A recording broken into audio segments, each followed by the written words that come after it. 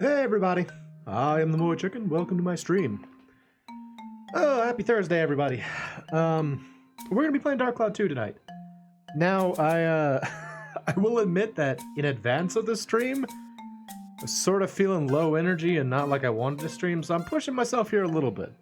So if I seem kind of lazy, that's why. But I want to get a stream in because I am going on vacation this week. Very excited about it. I'm going to Yellowstone National Park.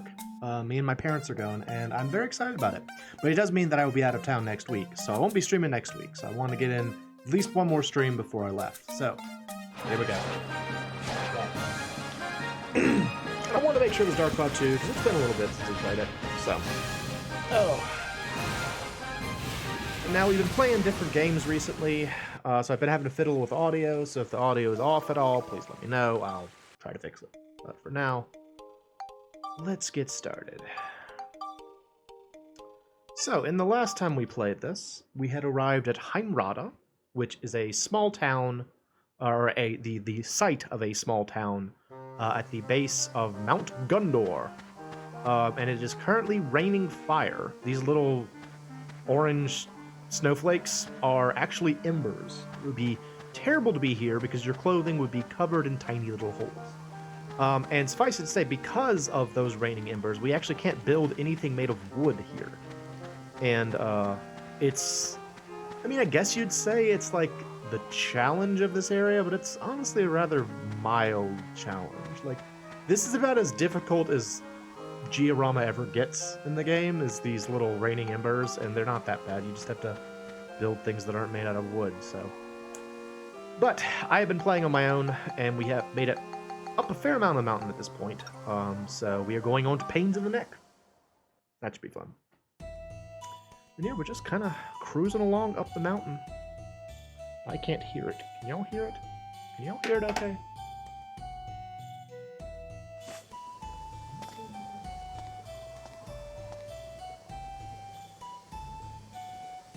It sounds like you can.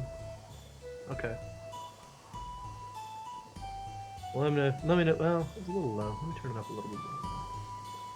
Bump it up a little bit more. Yeah, I mean, I want to make sure y'all can hear it.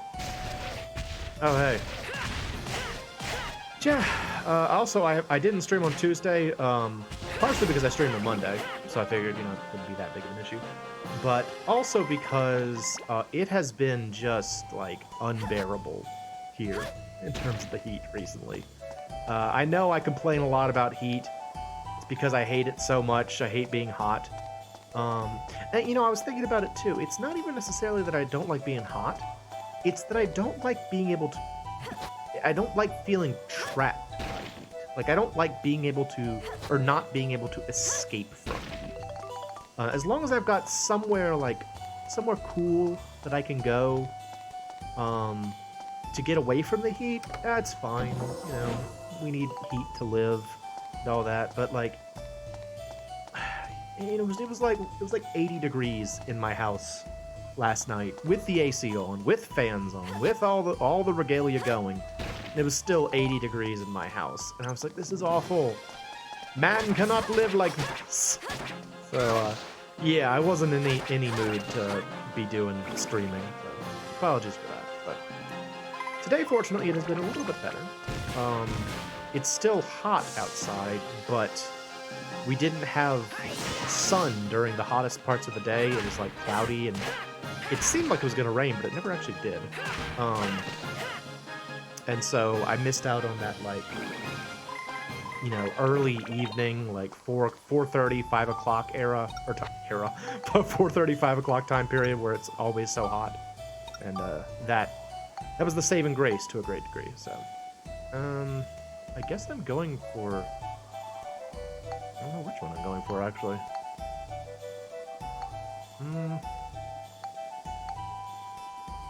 It was probably this one. So let's add some scale.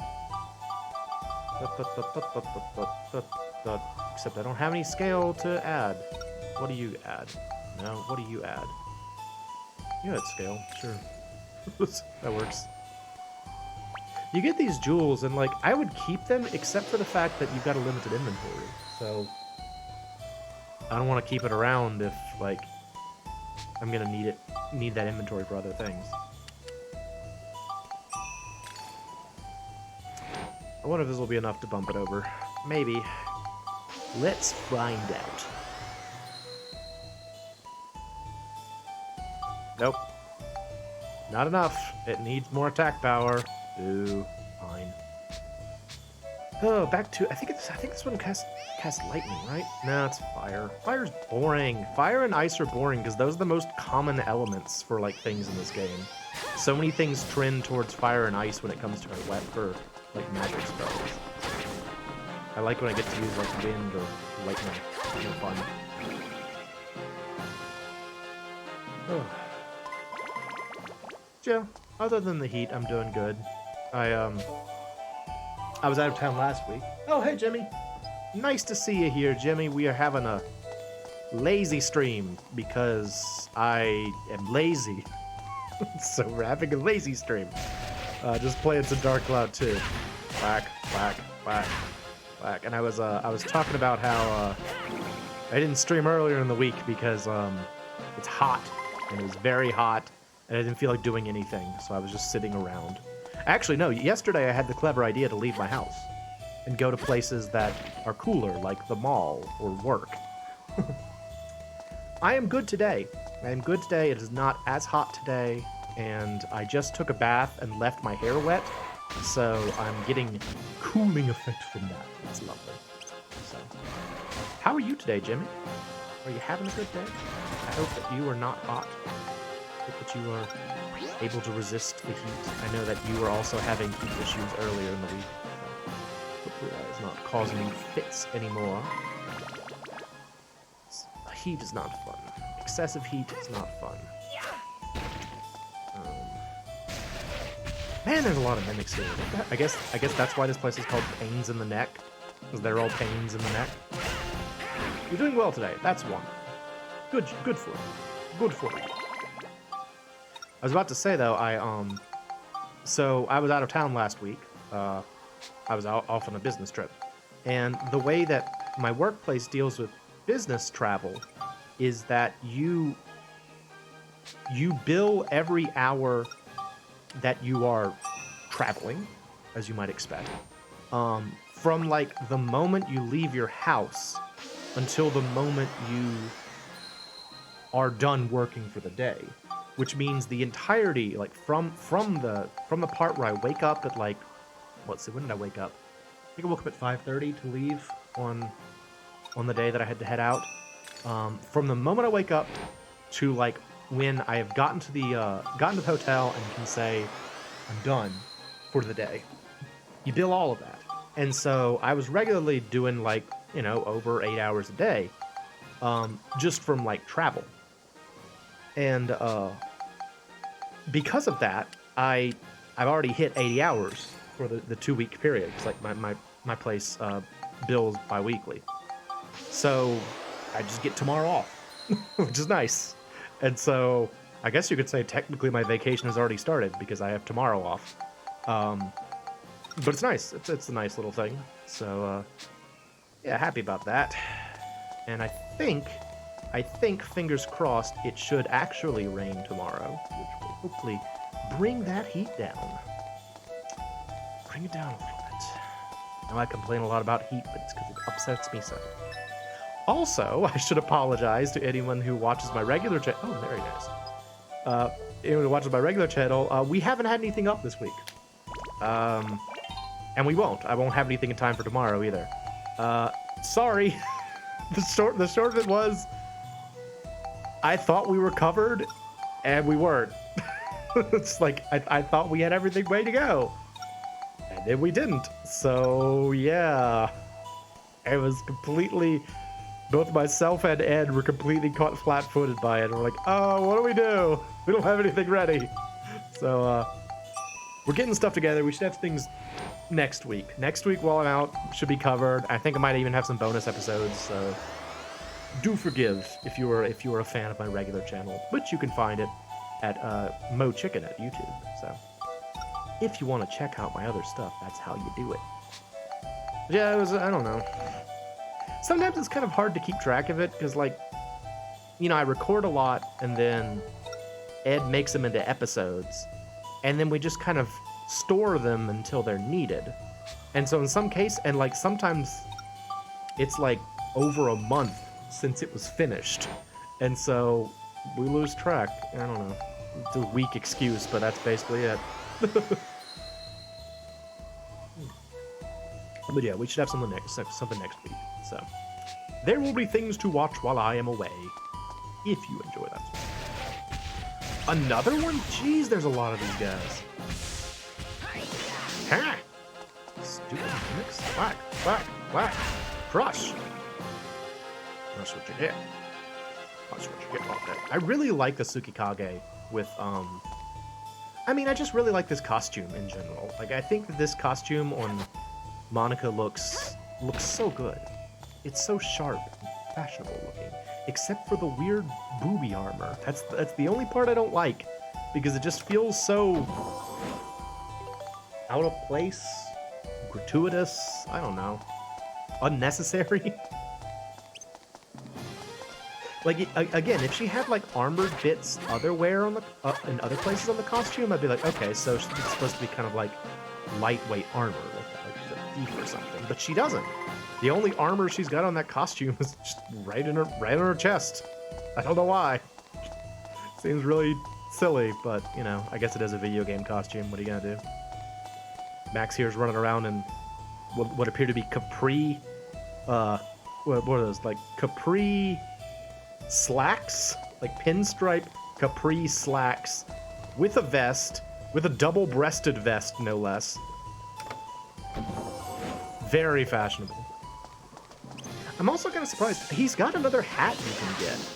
Like, he's got a red hat that's supposed to match this outfit.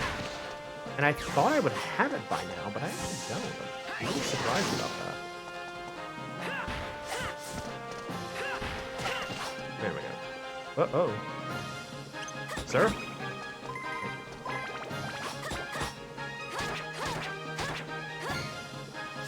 I like the Griffin Soldier uniforms. I'm a big fan of, like, fantasy military uniforms, especially when they're practical, because they're not always practical. In fact, they're almost never practical. And I would not necessarily say that the Griffin uniforms are practical, what with the fact that they don't even have hands. You know, they've got, like, 2 blades that ostensibly can't be removed from their hands, so not what I would say is practical, but I do like military uniforms, because I think they're cool. Hello, Possum. Welcome, welcome. Happy Thursday to you. Are you doing well today, Possum? Someone has just messaged me on my phone. I don't know why. We'll check it after the show. Whack, whack, whack, whack. No, not that. That's... Yeah, it's funny how, like, a small shift of just a few degrees, though. I know I'm talking about the heat again. It's just gonna keep happening. I'm sorry. Just a shift of, like, a few degrees is so much more tolerable, you know? Got my hair wet. Got fans on me, which is keeping the hair cool. It's nice. Nice. You gotta learn these tricks if you want to survive, you know, a slight discomfort as far as heat goes. If you want to survive slightly uncomfortable heat. Yeah, it's wet. Didn't you know? If you get your hair wet when you're hot, it actually kind of keeps your head cooler. It's a clever trick. I think I learned that back in band camp, actually. People would just kind of like so I was in the marching band in high school, and we would have band camp, which was in the sun. Oh, hey Maggie. What's up, Mags? I know you got yourself a little You got yourself a fan club over at the Brutal Chat. Yeah, we would like in band camp we would have you know, it would always take place in the middle of the summer, and it was always hot. And they would have like every hour or so we would have water breaks, and people would just kind of take the water and pour it on their heads. And I remember when I was younger, I was like, why are you just pouring it on your head? Drink it. You're supposed to drink it. No, it does a good job of keeping your head warm. Head cool. So. It's one of those common sense things that I never picked up on. Because I lack common sense, I suppose. Alright, speeder time.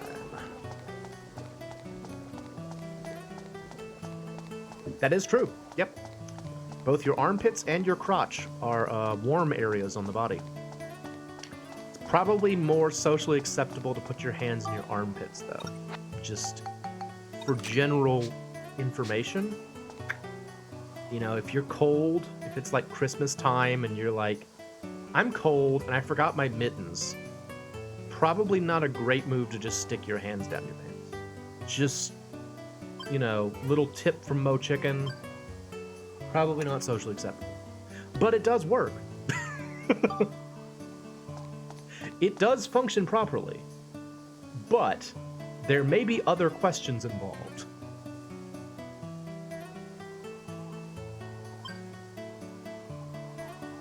Okay. Bump. Stop. Okay, good.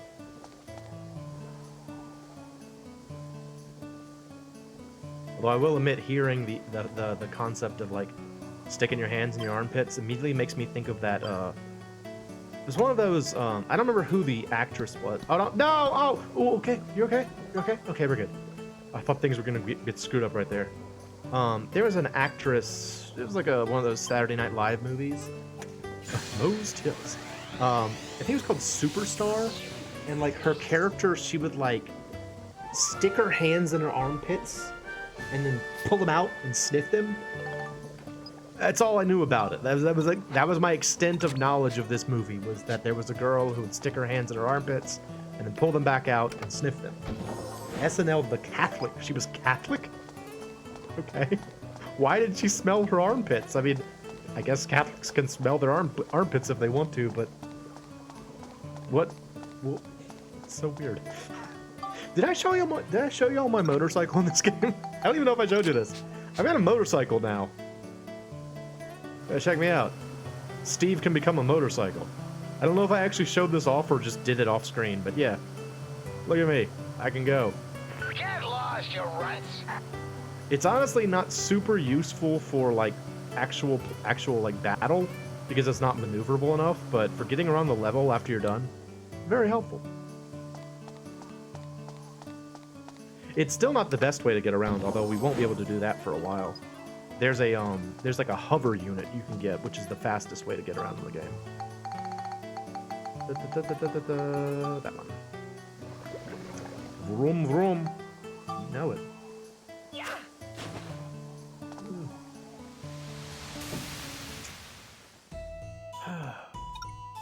Oh, we made it to the top. Okay, cool. Now something will happen, maybe. Look at how ridiculous he looks with this hammer. It's like way too big. It's very silly looking. Oh, what's that? Is that a refinery? What am I looking at up there? Oh! That is the fire squall. That's the thing that's making all those embers rain from the sky. So I guess I gotta go fight it.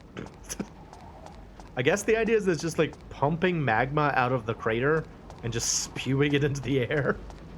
What a fiendish device! Alright, what do we got in here? We have to find something that can destroy this. I have bombs.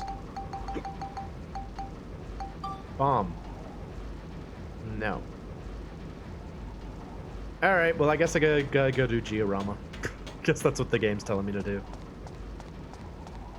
Because I know I have to destroy that, so I just have to figure out how to do that. So let's go check out the town. Let's go check out the town. Oh, yeah, I'm glad I decided to stream after all.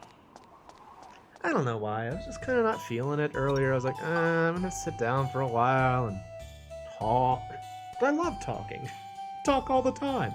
I'd be talking to myself if y'all weren't here, so I might as well be, I was gonna say monetizing it. I don't really monetize anything, but you know, pseudo-monetizing it. Alright, what do we got? Hardened mud pile. Alright, Borneo resides in Heimrada. Okay. And the work, crane, and arm. Okay. Alright, this is the one that has the crane. Let's make Eric and Borneo live here. Eric, you get to live here. Move people in. Eric? No? Cedric, you get to live here. Yay, I did it. Alright, okay, now I need a windmill. Well, how am I gonna make a... Isn't that gonna burn? Like the... Maybe not. Okay. Windmill. Yeah. Do it. Alright, windmill. Oh, it's big. It's very large. It's a very large windmill. Where can it be placed? It's not blue anywhere. Oh, here we go. Become blue. I am become blue, destroyer of worlds. What the heck? No? Oh, I know what it is. Okay, so I need the hardened mud piles. This. You use these to get rid of, Oh, there isn't one here. Okay, well, I don't know why it couldn't be there. But you use the hardened mud piles to get rid of, these. There we go. Yeah, like that. Alright. Yeah, get it. Okay, cool. Windmill. Yeah. Okay. Well. What? Yeah. No. Yeah. There we go. It's kind of nice. Change in the future. Alright. If we just need Borneo to move in, I'll just move Borneo into some house. Borneo, you can live here. This is Borneo's house now. Move people in. Borneo, you live here. Yeah. Ah, awesome. Okay, so we did everything we needed to see the future. So let's go to the future. Let's go to the show.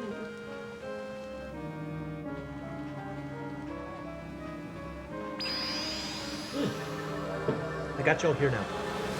How's the audio? Is it okay? Let me know.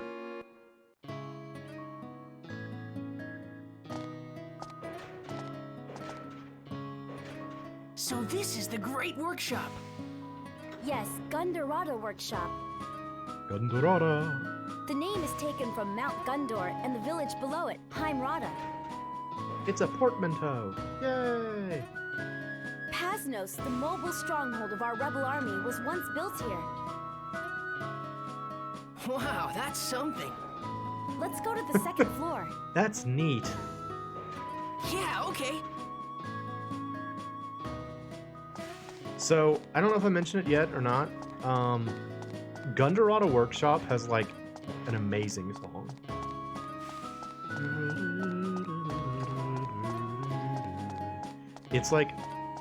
It's like wistful, but also kind of like courageous sounding. Like it sounds like the song for like a rebel army, you know? It's awesome. I really like the music for this place. But it's also really hard to find the little tiny boxes in this place. They're really tiny and they blend in with the brown ground, so yeah. I don't fully understand the mindset of making the, like, character power-up items so hard to spot. Seems very strange to me.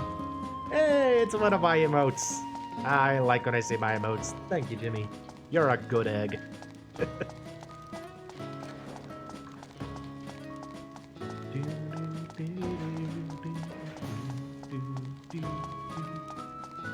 I should make more emotes. I need to make a lot of things for my stream, honestly. I need a lot of assets. And I'm doing other things. I'm working on other stuff. There's always more work to be done. I certainly understand now why content creators are always so busy. It's a lot of work, even if you're a casual like myself. Alright, they said go to the second floor, so let's get up there. Alright, why am I at the second floor? Monica wanted to come here. Oh, look at this man. He's quite stout. Cool looking.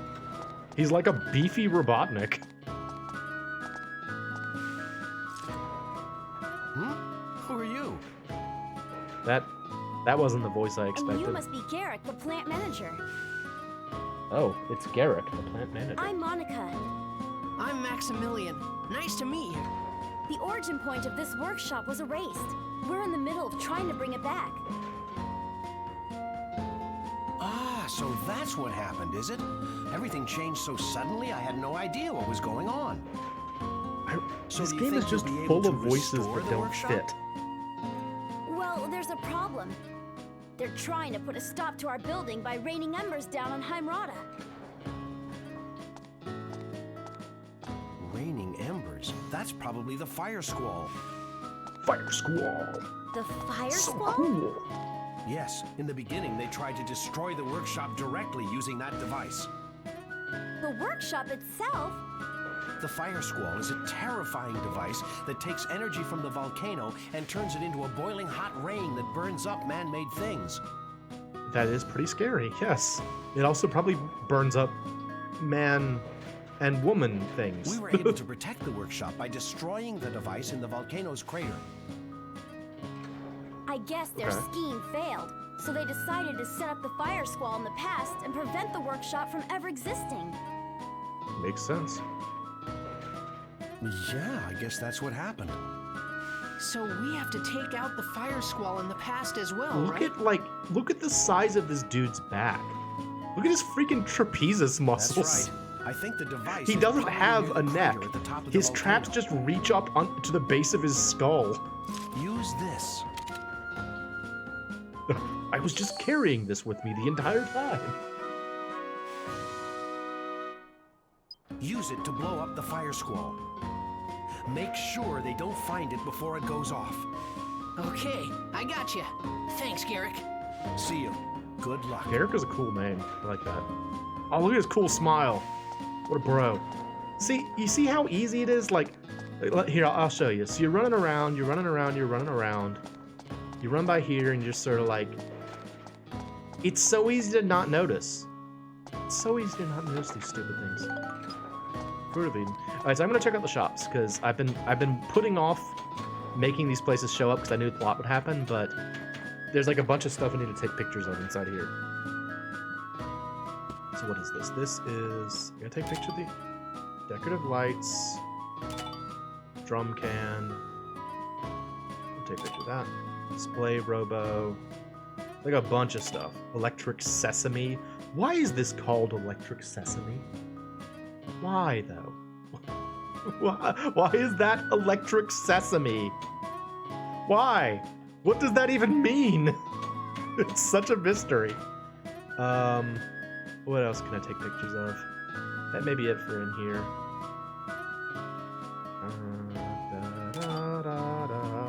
Hello, sir. Any part, I'm your man. Nice! I don't need any of these things. Nice! Hey, what do you got to say? The fire He's not just sly. When was the last time you heard someone use the word sly in conversation? I feel like that's a term I never hear anyone saying. Sly. I think the last time I saw the word sly used was in Super Mario 64 when Koopa the Quick is like, have you been training on the sly? And it's just like, what is that word? What is that word, sly? Sly Cooper? Okay, well that's fair. Yeah, that's more of a name. I don't know. I mean, it's a quibble. I know, it's a quibble because you caught me. But I don't know. It's just not a it's not a word I ever hear, and I didn't play Sly Cooper, so there. that good? Is that a good game? That is one of those PlayStation 2 games that, like, there's a whole bunch of, I guess you'd call them PlayStation mascots that, like, I was aware of, but I wasn't like I was a Nintendo guy when they first came out, and then when I got a PS2, it was mostly just to play RPGs. Mainly just this, actually. I basically got a PS2 because I wanted to play Dark Cloud 2. But like Sly Cooper, Spyro, I've played Crash Bandicoot before, but only like the first one. Like I'm currently playing Crash Bandicoot 2 because I've been watching a lot of Kid Icarus, which if you've never seen Kid Icarus, I will tell you, I put off watching his material for a long time, and I regret it now. He's a very funny dude. Very, very funny dude. His editing style is actually kind of similar to Brutal Moose's editing style. Yeah, Kid Icarus. Excellent content. If you want one to start with, I'll tell you the one I started with was his skateboard games video. That kind of got me hooked on his stuff. So yeah, a little shout out for Caddy. But the reason I mention it is he's a big fan of Crash Bandicoot, and so I've been watching a lot of his Crash Bandicoot material recently, and it kind of is like got me thinking. It's like, why didn't I ever play more Crash Bandicoot games? I liked the first one. Why didn't I play any others? So I've been playing Crash 2, and it's good. It's pretty fun. And from what I've heard, the original trilogy is solid, and after that, it started to flail a bit. So we'll see if that's the case. Oh, you never heard of him? He's great. He is a longtime. I think he was actually originally part of Hidden Block, either Hidden Block or Normal Boots, and he actually used to have a pseudo rivalry with Brutal Moose, like when they were both, you know, doughy-eyed young men back 10 years ago, or however old they started. They decided that they could stir some fake drama with each other, and to, like, you know, get people, like, it was all for jokes. And apparently the only reason they stopped is because some people started to think it was real, and they felt bad about that. So they're like, yeah, we don't actually hate each other. We like each other. That's why we're doing this. We meant it as a joke. But some people are like, it's real beef. They have beef with each other. But yeah, he's been around for a long time, and as I understand it, he changed his video style like 2-3 years ago, and it was very successful for him to the point where it's almost a problem. Like in one of his videos, he's like, yeah, I went from having, you know, just a few people who would watch my videos to like way too many people who watch my videos now. He's like, I'm happy to be successful, but I just wasn't really expecting it. Which I don't know, it's good stuff. It is manic though. It's like, it's a lot of talking. A funny thing about his videos is that normally when I put, oh cheese, yes please. Normally when I put on YouTube videos to listen to, like I'll put on a YouTube video to listen to while I'm doing something else. I can't do that with his videos because they're just so like, they're almost an assault on the senses. It's like so much information. But very entertaining, I would say. So, once again, quick shout out to Caddy. Took me a long time to appreciate his work, and I'm sad that it took me as long as it did. I'm one of those kind of people that watches the same stuff over and over again, though.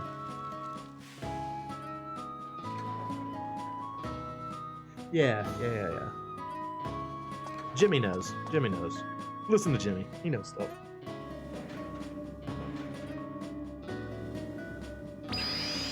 Yeah. YouTube poops. That's a good way to describe it.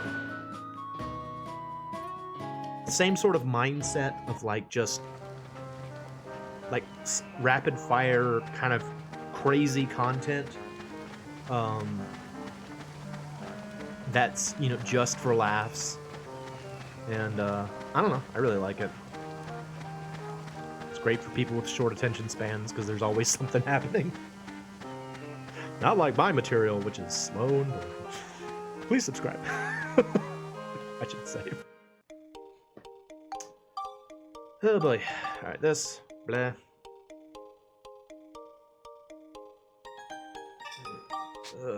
Alright. Let's go blow up a giant machine. Good times.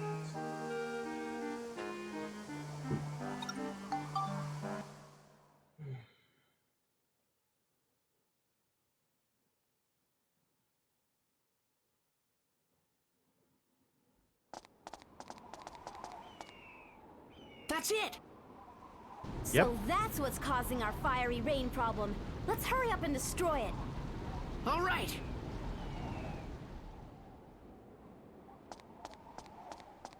Prepare yourself, Fire Squall.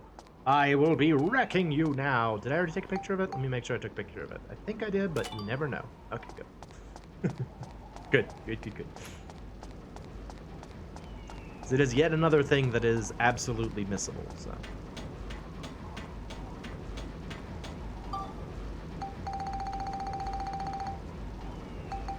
Time bomb?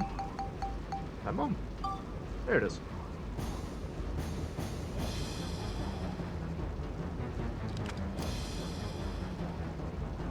Right. It's set. Get clear!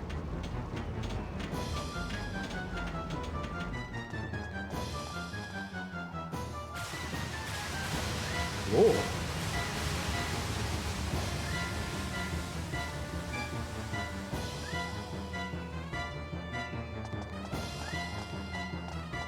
Yay, it's dead. We killed it. Yeah! It worked! Take that, Shinra building. Kind of looks a little bit like Shinra, the Shinra building with the green sky That and the should pollution stop the and all. fire rain problem. Yay! Meanwhile... Oh no! It's the Death Arc! As you can see. Thank you, game. Look who decided to show up. Gaspard! So, you wiped out the fire squall, you repugnant little devils. Now it's time for you to die! Now it's time for you to die!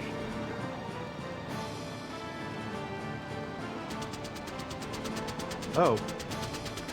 Those look like He's attacking! single cannonball cannons, not machine guns. It's no use. My magic won't reach at this distance. Max, use your ride pod. Okay.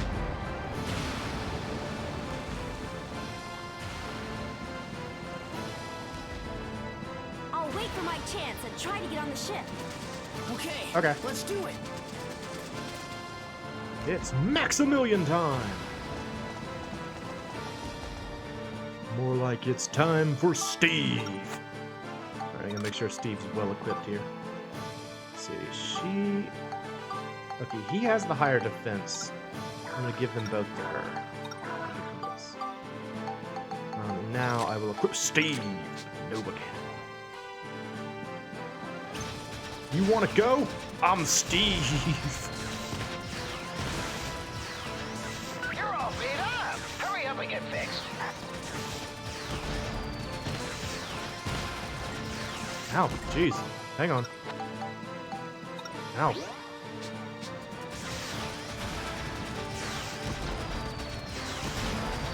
Not going so bad. Pashoo, pashoo. Pashoo, this is kind of a dumb fight. Pashoo, pashoo, pashoo. Pashoo, pashoo.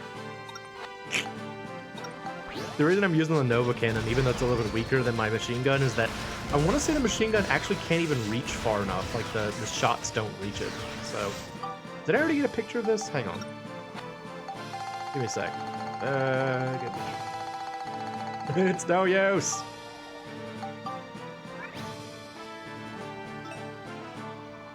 One message somehow failed to go through. Began watching Tedicus in 2014? Whoa, you were a longtime fan. Good for you, dude. Alright, do I have the Death Arc? Flying Battleship, yeah, I do. Once again, this is something you can miss. So.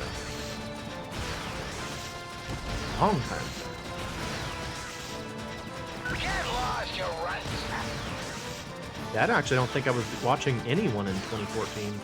Like, 'cause I learned about YouTube really in, like, graduate school, so. There she goes. Damn. You gotta do another amazing jump, maybe.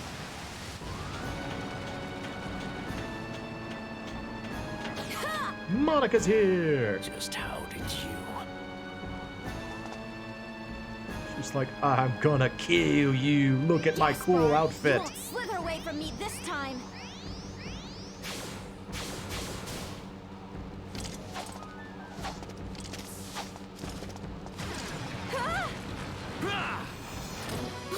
Punch! Oh, he did the knockout punch There's that I don't plenty think more actually where can that knock a came person from, out. girl. But every time in like anime stuff, it always knocks people out and doesn't just make them throw up, which is what I think getting punched hard in the intestines would do. No, Monica! She went down with the ship. Alright, so this is a sucky thing. We don't have Monica until we finish this dungeon now. I hate it. I really do. We're stuck without Monica until we finish this world. Yeah. What was this say? I was gonna say back then, most retro gaming YouTubers were talking about the NES and SNES era, so K is a breath of fresh air. Well, I also talk about the 8 and 16-bit eras, but yeah, it's nice that he was, you know, doing something different. So that's cool. So now we're actually going into the volcano. Cool. Good. Glad to hear it. So we're walking the path of flames. Ooh.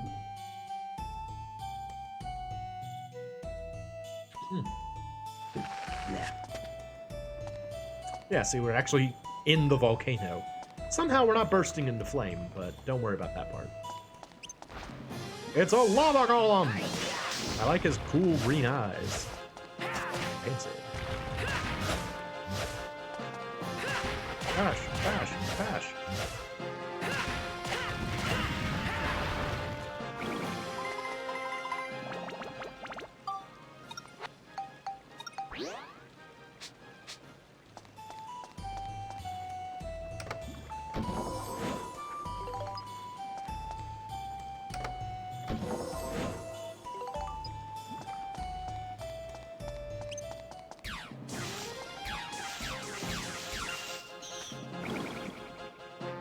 Ooh. My dinner is not sitting quietly in my stomach. It's always fun. I had a hamburger for dinner. I made hamburgers the other night. I actually made them on Sunday because I wanted to have them ready for Labor Day. And I was like, I want hamburgers for Labor Day, but I don't want to cook them on Labor Day. Gorgle, gorgle. Yeah, that's kind of what I'm getting. A little bit of gorgle, gorgle right now. So I made some hamburgers and I like froze most of them. And I defrosted and ate one tonight. And it was good. Tasted good. Although, it's gonna sound a little gross, I'm sure. A lot of my cheese is moldy. Like, I get, you know, sliced cheese, as you do, for sandwiches and stuff. But I eat it too slowly, and so it's pretty routine that I will be like, you know, pulling off the moldy bits from my cheese. Yeah, it sounds gross. But, you know, cheese is mold, so as long as you pull off the parts that are actually moldy, it's not bad. It's not toxic, but yeah, it was a little bit past the point where I felt like I could do anything about it this time, so I was like, what I did was I took some of those individually wrapped, you could freeze the cheese? I guess, that's true, I could freeze the cheese, I suppose. I pulled out some of those like individually wrapped cheese sticks, like mozzarella sticks, except these were cheddar. And I like opened it up and cut that in half and just melted it on the bun for my cheese quote. I need a cheeseburger. I'm not gonna eat a hamburger. I need a cheeseburger. It's important.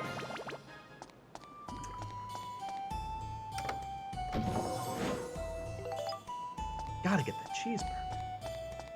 What are you even doing if you're not eating the cheeseburger?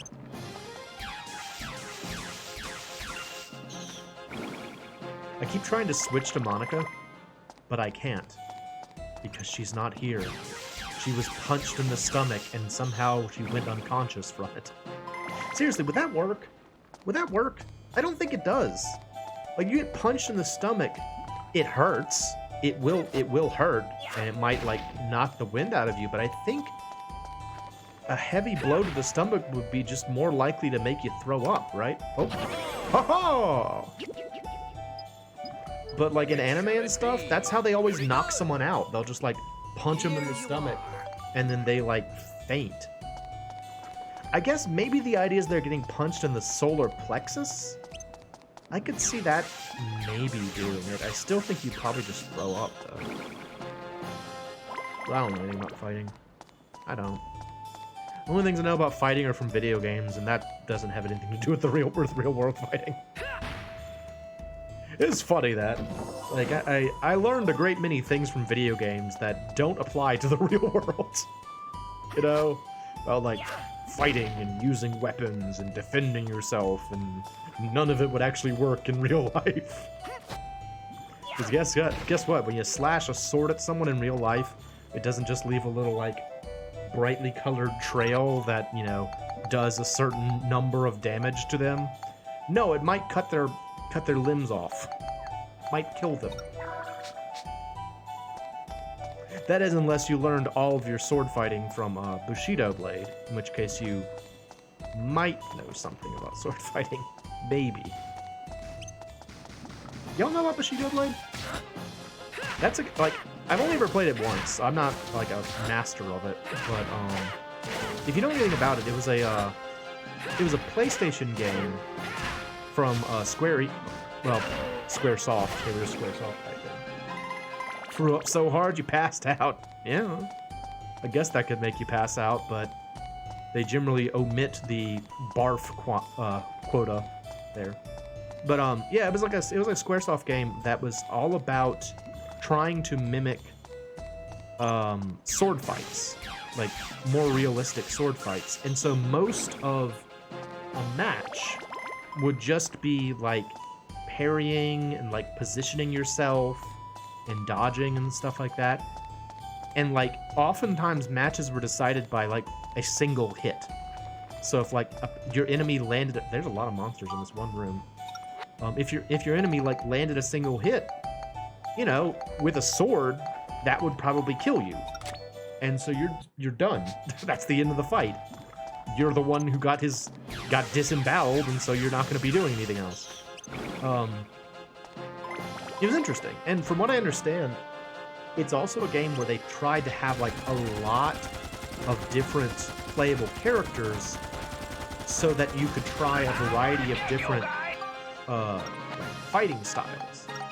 So I don't know, it's a game I never played. It might be fun to like pull out for like a hodgepodge stream or something, just something where I'm just kind of playing whatever. To just see what it's like. I have a friend who's really into it. She was talking to me about it once before. It sounded kind of cool. I just never played it myself. Because during that amazing period on the PlayStation when Square Enix was just kind of putting out like just whatever, you know. It's when they had like Einhander and like the original Ridge Racer and like Air Gaze. I don't know how to pronounce it. Just like all these really strange games.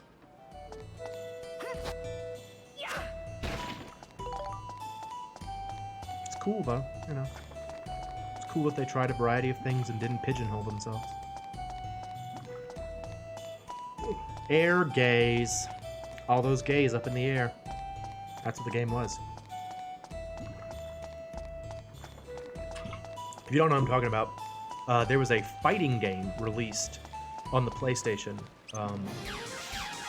by Square Enix, and it had a strange name. It was spelled like this. Let's see, it was spelled Air Guys. What? No, don't join Twitch today. What are you talking about? This is my stream. It's trying to get me to join Twitch. What the heck? Can I do it here? There. Trying to get me to join Twitch to type something in my own stream. Ridiculous. No, I didn't mean to do that. But yeah, how would you pronounce that? I don't know. I used to say air guys, but I really don't know. I have no idea. All right, that takes care of you guys. Oh, good. We can play Sfida in a. What is? Oh, what is that? Oh, this is the healing spring. Oh, it's so weird. Oh. Okay. Air gates. Okay, I could see gates. It's like a German Z. Air gates. Air gates. It would be Geitz, I believe. But yeah, it was a game where it was like a fighting game where you could play as like Final Fantasy VII characters. And this was long before like Dissidia. So, you know, that was kind of an interesting thing to be like, I'm gonna play as Sephiroth and I'm gonna beat up the Cloud. You know, it's like, oh, look how cool this is. And the boss is like a weird dragon dog thing. This game is cool and not lame at all. Alright. What are we doing here? Okay, so I want to go this way. You know, recently I have been wanting to play FF7 again, honestly. I don't know why. Just, it's been a while since I played it and I was kind of like, I kind of miss it. Play FF7 sometime. Do y'all think you would ever want to watch me play something like that? Like, I know I was considering playing FF8 back before we started this, and I'd still be okay with playing FF8, but I don't know. It's always kind of a challenge to play like long RPGs on my channel because, you know, I stream for such a short amount of time. Ow, bugger me! Ah, it's in the lava. You've heard of that game? Hey, Cyber! Welcome! Congratulations, you're the first 2-monther. Thank you very much, Cyber.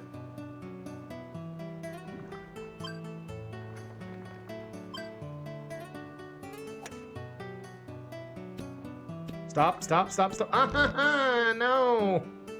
It's annoying! You stupid golf game in a volcano.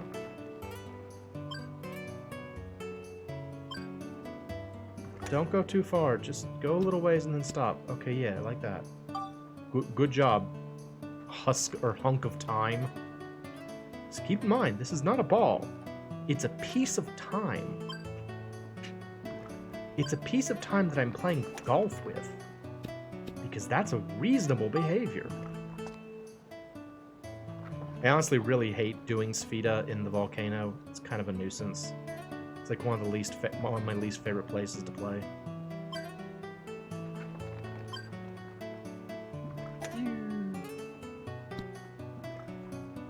Because of this, I can't win this now.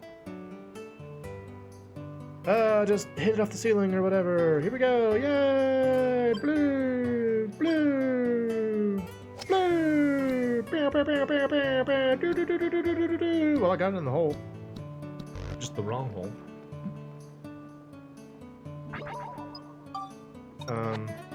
Oh yeah, to finish that thought, oh, this has like a lot of... I guess I'll switch over to this. To finish that thought, yeah, it's a bit of a challenge for me to finish really long RPGs, because I stream for such a short amount of time, you know, it's like my streams are always 2 hours. So, I don't know, it's a bit of a daunting prospect to think about, like, doing a long RPG, but maybe if I viewed it as kind of like a chill out RPG and I could just like play it for a long time, like on Saturdays I could just sit down and play for like 4 hours maybe and just not talk as much. I don't know, that might work. Just an idea. Just an idea.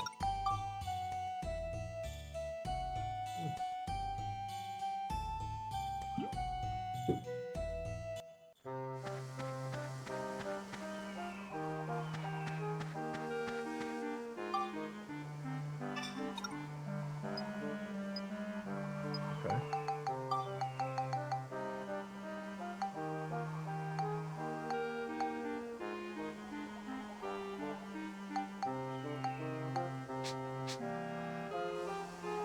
Alright, see you later. See you later.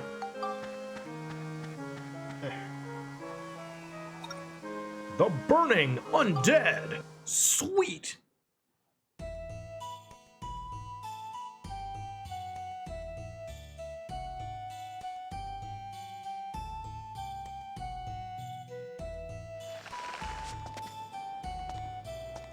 Look at how dumb my wrench looks right now. Look at it. It's very silly looking. It's a poisonous wrench. A poisonous wrench. It's a King's Quest V reference right there. All you people out there who know the struggle of King Graham and Cedric, that's a reference there. Oh yeah. I'm doing good, Cyber. Hope your Thursday is going well too, bud.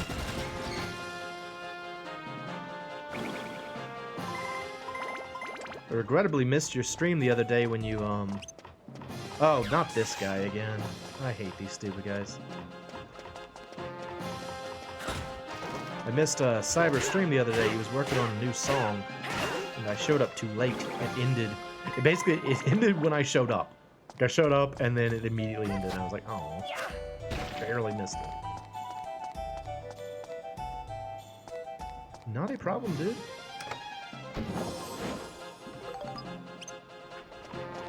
I don't want to fight the lava runners. I do kind of like their silly, like, sack outfits, though. He's dressed kind of like, he's like a tiger version of Fred Flintstone. It's funny to me. Here's a random question. Do y'all ever watch the Flintstones? I feel like, I would say that growing up when I did, that would be like a silly question. It's like, did I ever watch the Flintstones? Yes, I watched cartoons growing up. But like, nowadays, that's a very old cartoon. And so I don't even know if people watch those old cartoons from like the 50s anymore, you know? When I was growing up, I watched the Flintstones, I watched the Jetsons, I watched like Scooby-Doo, I watched a lot of like Tom and Jerry and Looney Tunes. And that felt normal to me at the time, but maybe not so anymore. Boomerang actually still airs that? Yeah, I remember when Boomerang came out too. Like it came out because I think Boomerang is owned by Cartoon Network. Cartoon Network wanted to air more original content, and so they were trying to offload all of these like really old cartoons that they carried onto like another channel. And so they made Boomerang, and I remember being very excited when it came out, because I'm like, oh, I love these old cartoons. A whole channel for that, and of course, my family's cable package didn't cover it, so there you go. Yeah, Boomerang and their amazing tagline, "It's all coming back to you." Love that name. 2015, Boomerang changed their identity, and everyone hated it. Really? What did they change their identity to?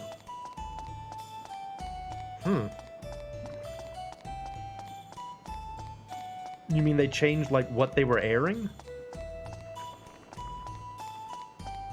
That's interesting.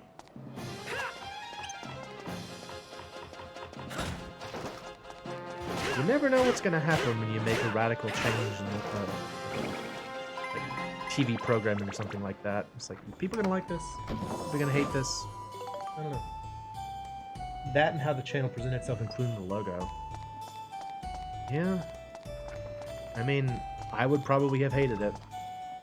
What did they start airing? Like, what did they stop airing old cartoons and, like, start airing something else? Or... Very curious now.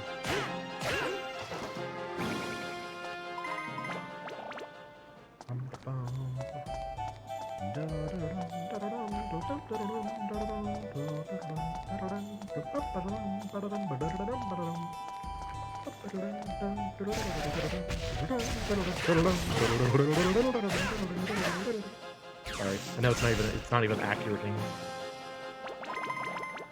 You know all kinds of things, Jimmy. Tell you what, you are an aware person. As of late, we started airing more old cartoons, comprised mostly of modern Cartoon Network shows. Well, what the heck? That's what Cartoon Network's for. So they just had 2 Cartoon Networks? That is dumb. It's like the whole point of that channel was to offload those old cartoons. They can't just like start having the same thing on both channels. That doesn't make any sense.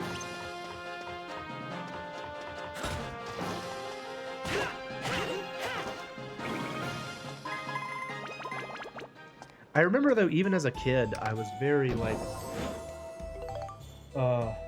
New Boomerang Little uses the Cartoon Network culture anyways. I mean, it's their channel to do whatever they want with it, but that doesn't sound like a solid idea to... Bone Lord? Bone Lord! Look at this dude! Whoa! Oh, he's laughing at me! I think I have a picture about... Hang on. I have a picture about this guy? I think I have a picture about I'm supposed to take of this guy.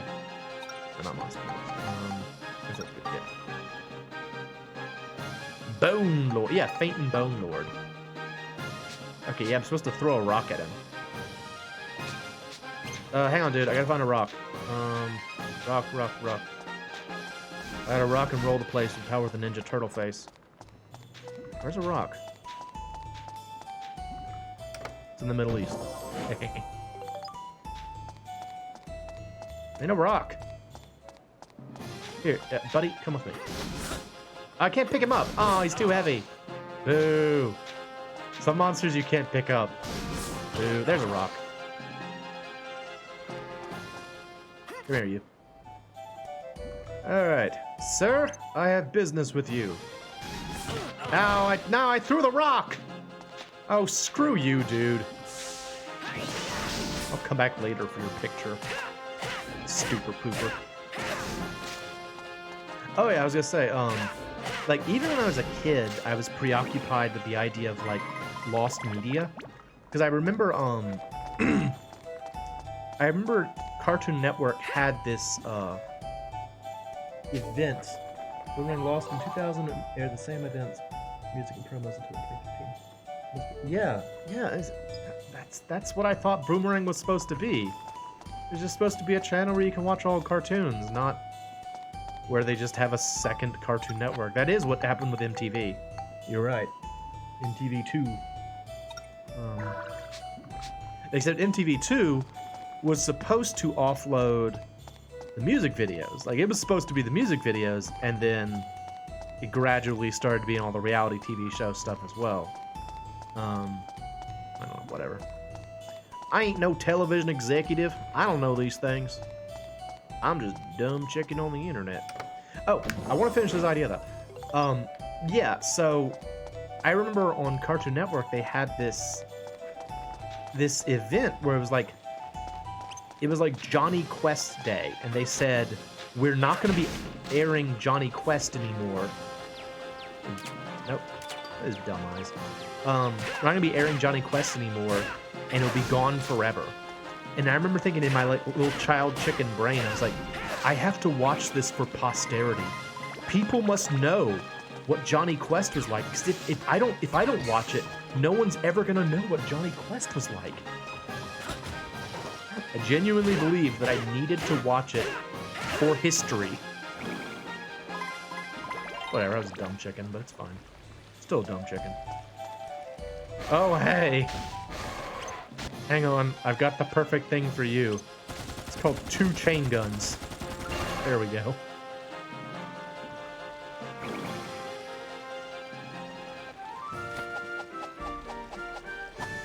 All right, that that takes care of you guys. Henry Danger. Who is Henry Danger? Is that like a... Is that a joke? Is that like a... Who is Henry Danger? I've never even heard of it. Is he fun? That sounds like kind of fun. There was a joke character on Freakazoid called Toby Danger, who was like, he was supposed to be Johnny Quest. That was hilarious. If Henry Danger is as funny as Toby Danger, then I want to watch it. I don't know what that has to do with teenagers though. Oh guys, I'm just thinking about Toby Danger. If y'all have, well, first off, if y'all have never seen Freakazoid, go watch Freakazoid. That is an amazing cartoon, especially the first season. The second season was fine too, but the first season was better. Yeah, man. Frickin' Toby Danger was so funny. It was especially funny if you had seen Johnny Quest before. Like, if you've never seen Johnny Quest before, it probably wouldn't land. But you've never seen Freakazoid? Oh, it's so good. It's a cartoon from the 90s, or from, actually it may have been the early 2000s. And it was a parody on like on superhero cartoons. And the protagonist of it is a superhero who was born from the internet, is the idea. Back when the idea of what the internet was going to be was very ambiguous. And so he was basically just silly. He wasn't like a troll or anything. He was just kind of like a silly guy. And oh my gosh, it's so entertaining. What a funny show that was. Freakazoid. But yeah, especially with the first season, the episodes were broken up into like little vignettes. Hang on. Hang on. Where's the thing? It's over there. Can I? No. Can I? Yeah. And some of the vignettes were like really funny. So again, the second season they started doing more episodes that were just like one concept for the whole cartoon rather than little like sections. Most of my childhood was from oh yeah, I figured. I'm old. I'm old, but you can still watch old cartoons, right? Go track it down. It's funny. Watch at least an episode. It's a funny show. And it had Toby Danger. You still haven't told me what Henry Danger is, though. What is that? What is Henry Danger? Never even heard of that before.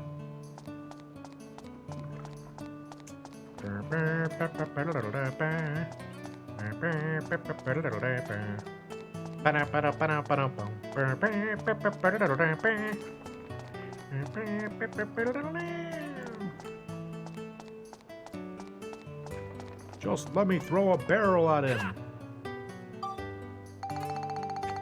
Again, none of these things will land if you don't know what I'm talking about. There's a show maybe the same way that did iCarly and Drake and Josh. What was it about, though? Was he like a superhero or something? Intelligent Carly? That, by the way, if you didn't know, is what the lowercase I stands for in all of those Apple products. It stands for the word intelligent. That's fair. It's like, what's his name? Bruce Test? Something Test? It's like a cartoon about, like, Johnny Test. Like a guy who, like, he had, like, two sisters who were, like, super geniuses, and they just, like, experimented on him or something.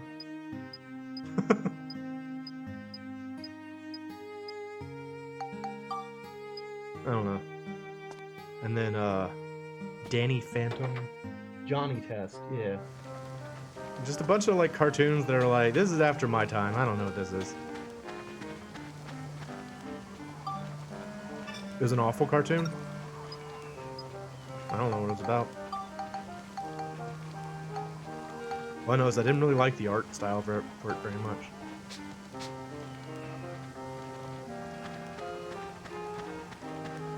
Danny Phantom is good. All I know about Danny Phantom is that I used to think it was the same thing as the Fairly Odd Parents because the main character looks so much like Timmy from the Fairly Odd Parents. Like, they look like the same guy with different colored hair.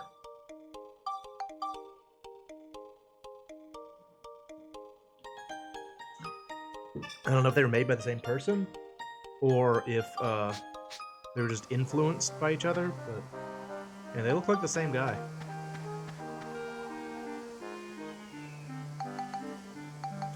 Timmy is an average kid no one understands. Mom and Dad and Vicky always giving him commands. I liked that show's opening. Same studio? That's fair. Yeah. I know I'm being kind of a curmudgeon about this now, but like, I remember being really frustrated that like, there was a period of time where it felt like a lot of cartoons looked the same. Like, there was that period of like, you know, two cartoons, Fairly Odd Parents and Danny Phantom. I was like, these look like they're the same. And then there was like there was that period of time where Regular Show and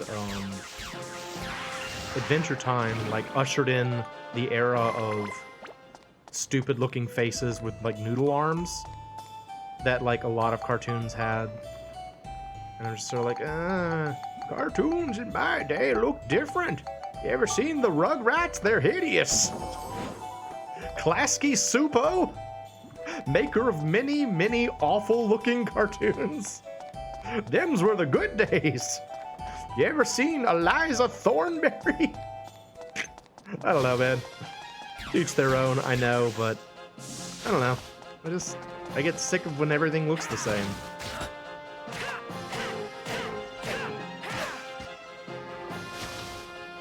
Well, I'm kind of being a hypocrite about it because I also really don't like the art style of like, you know, there's some animes that are like, have you ever seen the MC Hammer cartoon? What?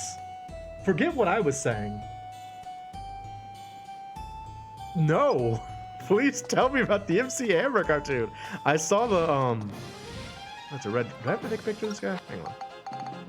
I saw the Amazing Globetrotters cartoon. I know that one. I don't think I've ever seen the MC Hammer cartoon. Bomberhead Boom. I'm never gonna get that one. Got that. Ixion, I don't know what that is. Okay. Hammerman? Hammerman? Bro, I want to watch Hammerman right now. Hammerman? Boy, I love that era of cartoons. When they would just kind of like make superheroes out of like, out of celebrities. They're just sort of like, we want to capitalize on this celebrity. Let's make a children's cartoon where they're like superheroes and call it a day. What are their powers though? I don't know. He uses a hammer. What are the powers of the Harlem Globetrotters? Let's make one of them a noodle. One of them's a noodle.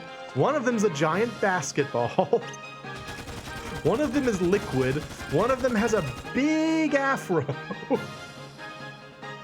Negative frame rates, attempted animation. Sounds amazing. Have I told you all the thing about Rocky and Bullwinkle that I found out? So for many years, I thought Rocky and Bullwinkle came out in like the 50s. Because it's like, Hammer has magic talking shoes, bro! I want to stop this stream right now to go watch Hammerman.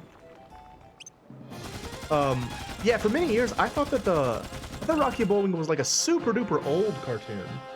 It wasn't though. It was like made in like the early 80s. And the reason it looks the way it does is that like the people who made it apparently contracted it out to like a I think it was like a Central American animation studio or something. And they just did a terrible job, basically. They just did a really crappy job on it. And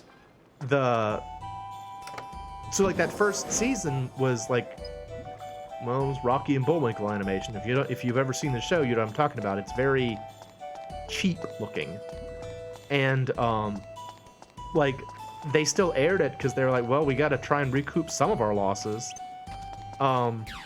And it just kind of became like people thought it was an artistic choice, as did I for many years. And no, it's just cheap animation. They just got ripped off, which is kind of hilarious, really. All right, I gotta take a picture of this guy exploding. Well, I'm dead.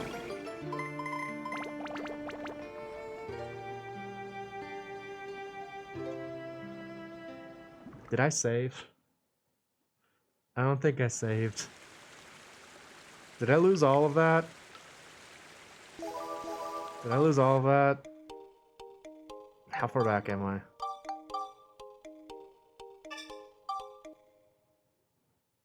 How far back am I?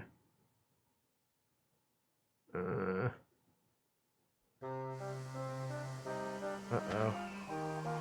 Well, I can't switch to Monica. Oh, no, we're fine. You see there? I was thinking ahead. Fudge! Yep, that's a good example of it. Speaking of which, if you're interested in having your very own Fudge shirt, it does exist on my merch store. So, yeah. Links in the description below.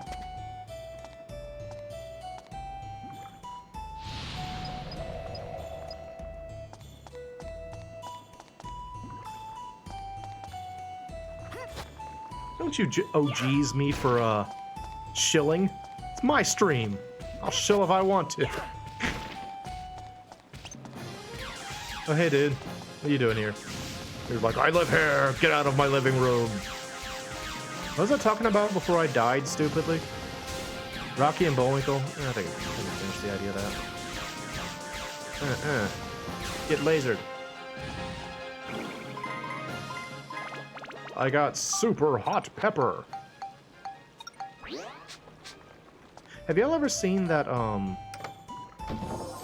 the, like, one chip challenge thing? There's a, I see it usually at gas stations. It's this little box. It's about the same size as, like a box of playing cards. And on the outside, it's got, like, a picture of a skull. And it says, the one chip challenge. And apparently, it's getting recalled because a kid died? Whoa! That's dark, dude.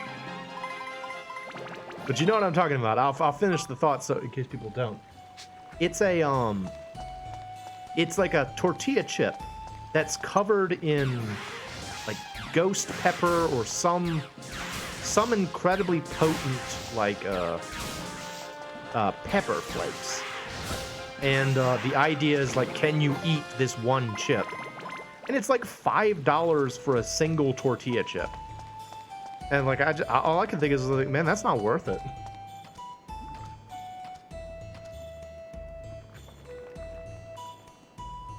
Oh, really? That's rough, Cyber. So something's going on with your streaming software? Oh, that's a bummer, dude. I'm sorry. I did try to watch it. I was all excited to hear your new song, and then it just kind of cut out. I was like, oh, bummer. Yeah, I don't know. It's just like, I mean, I guess it's not really. You don't buy the ghost pepper chip because you want tortilla chips. You buy it so you can put it on TikTok or something. I don't know what you kids do nowadays, but they're not buying it to fill their stomachs, because presumably it will make them then throw up. But I didn't know a kid died from it. That's grim. Oh, screw you, devil! Boo. If you go to hell, that's what you say. You're like, oh, screw you, devil. He's like, bro, I'm sorry. I didn't think you'd be upset about it. It's just a little eternal torture. I didn't think it'd bother you that much. I had a bad day, devil. I just died, and then I found out I had to go to heck.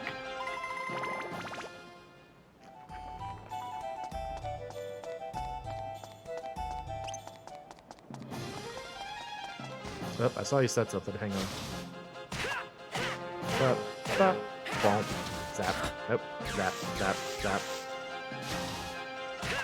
Damn. I grew some Carolina Reaper and Trinidad Scorpion peppers this year. Really? Are they hard to grow? Like, just based on the fact that they, you know, are used in, you know, tortilla chips that have murdered people, I tend to assume that they're, like, dangerous and finicky. But they're also just kind of like peppers, so maybe they're not that bad. Carolina Reaper is a pretty intimidating name for a food, though. You know? I also want to, like, in my mind, all I can think is that they're, like, black or, like, dark red with, like, black lines all over them and, like, really violent looking. The ghost pepper did nothing, but the others look like bushes. Are you a big, like, hot pepper kind of fan, Cyber? I've mentioned before that I have a friend who is very into, like, hot, spicy things. She likes drinking hot sauce and such. That's not me. I have a little baby chicken tongue. I can't do it. I can't do it. Oh, screw you, chest.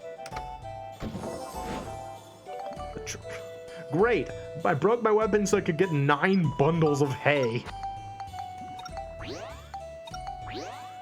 The Trinidad Scorpion looks gnarly.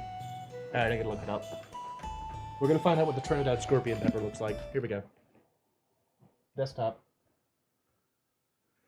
What does the Trinidad Scorpion pepper look like? Images. Trinidad Scorpion pepper. Oh, it's like a little... It kind of looks like a habanero. Huh. It does have like a little stinger on the bottom too. I guess that's where the name comes from. Let's look at the other ones. Let's see. Carolina. No. Carolina Reaper. Oh, geez. They don't look nearly as scary as I thought they would look, which is bad because I might be fooled into eating one of these. They just look like peppers to me. Actually, they don't even look healthy. They look like damaged peppers. Like, if you gave this to me, I would think you're giving me like a shriveled red pepper. What's this? Scoville scale. Carolina Reaper. So Carolina Reaper's the worst. 7-pot brain strain? That's a great name. Yeah, jalapenos way down here. I used to think jalapenos were problematic. Scotch bonnet. Devil's tongue. Alright, that's cool. Back again.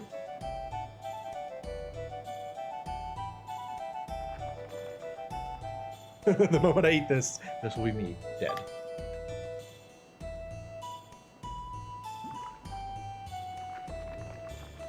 Huh. Well, I mean, if it's what you like, it's what you like. Go with what you like. But, I like my tongue continuing to function, so that's what I'm gonna stick with. But that's me.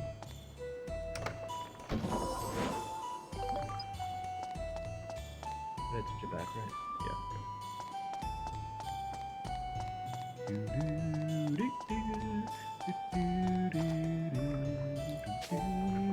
I got this thing! You got the pizza! Death to bat. Death to bomb ahead. But bomb ahead.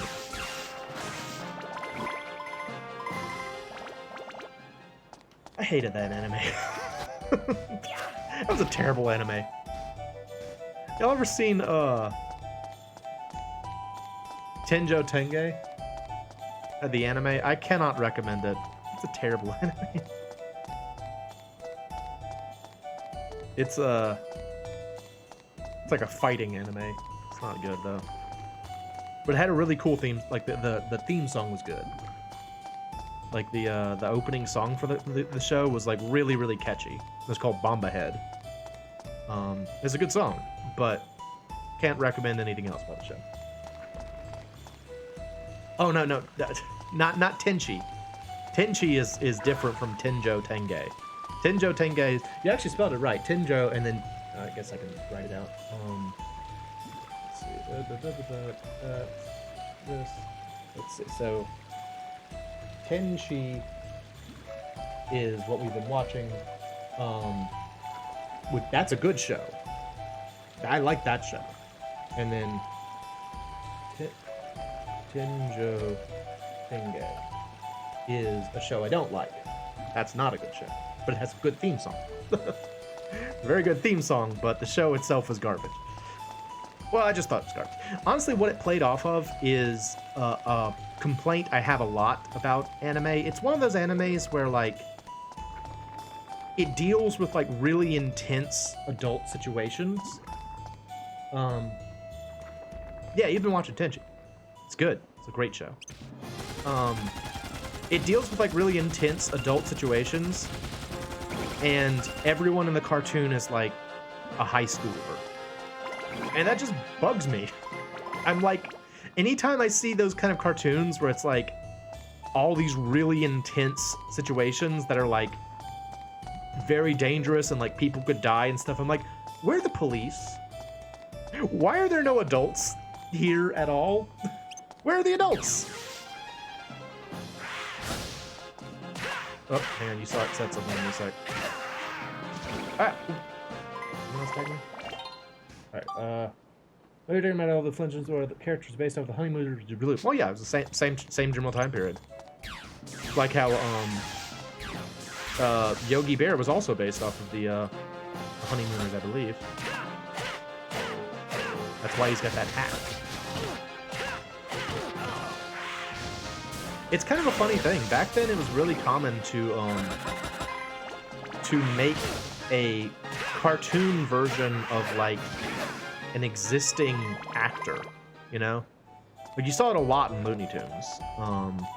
Mostly characters, but they would, like, take an actor and just be like, all right, we're gonna make an animal version of him, so now we can use this actor's exact, like, likeness, delivery, all of that, and we'll be like, no, we're not, it's not copyright infringement, this guy doesn't have any rights, that's clearly a turtle and not a human being, or whatever. And they would just, like, skirt things that way, which that's ballsy, you know? That takes the cojones, but that's how they did it.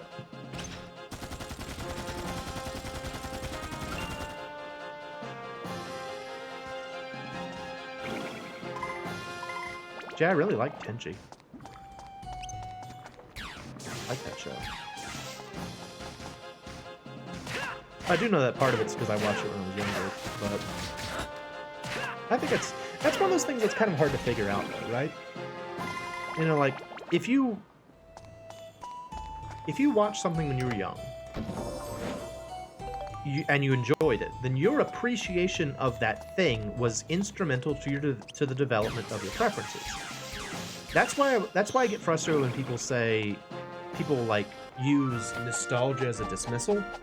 It's like, no. All right, that takes care of you guys. Saying I'm nostalgic for something just means that it was influential to my preferences. Like, there's no reason to assume that nostalgia discounts my opinion. And I find myself wondering if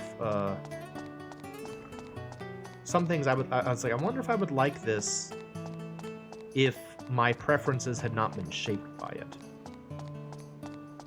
Oh, it's just kind of hard to think about. Oh, you didn't know the thing about characters being modeled off of other characters? Yeah, I mean, it's like, it's a funny thing too, because you know, growing up, like I said, I watched a lot of Looney Tunes, and it was very rampant in Looney Tunes. They had a lot of characters that were like, usually one-off characters, but they were based on, like, on existing actors. And when I was younger, I didn't know who these actors were. All I knew was they were cartoon characters. And so, like, when I was older and saw these actors in, like, some other context, I was like, oh, it's the Looney Tunes guy from such and such cartoon. And I was like, oh, I know that guy. He's usually a rabbit or something. It was very silly. It's like, oh, this person's usually, you know, in this cartoon. It was very funny to me when I suddenly realized that I knew all these, like, actors from the 50s from Looney Tunes. Oh, doggone it, this is bad. I need to get it down this channel, but... Can I squeeze it? No, let's see. Maybe.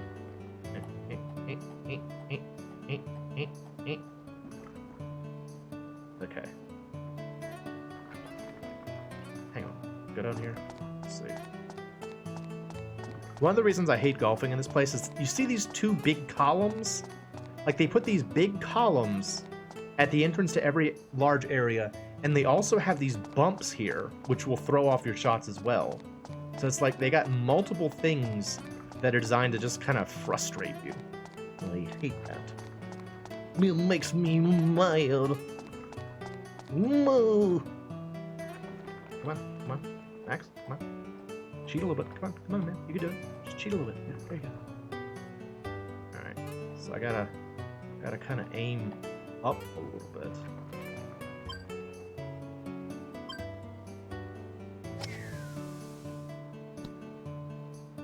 Oh, that's not great. That's not great.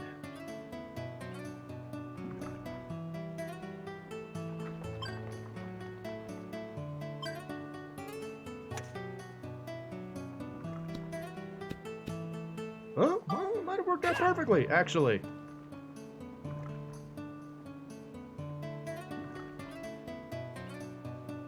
See, I recently came across Super Mario Ice Capade's Mr. Belvedere's King Koopa is better than Jack Black. Mr. Belvedere was King Koopa? That's really funny. I don't think I've ever seen that. That's really funny.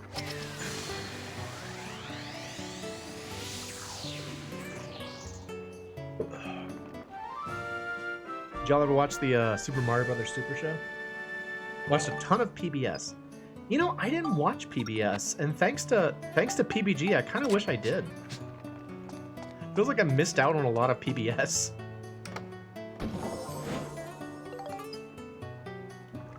I watched mostly Nickelodeon shows.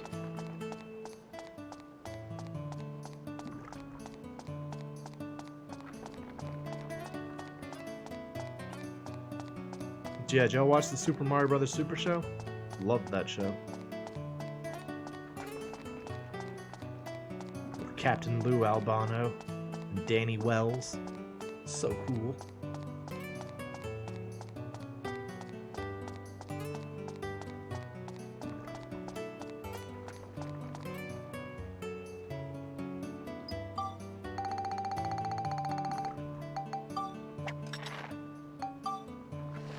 Cyber Chase, Dragon Tales, Word Girl, still not. I know two of those. I don't know Word Girl or Cyber Chase, admittedly.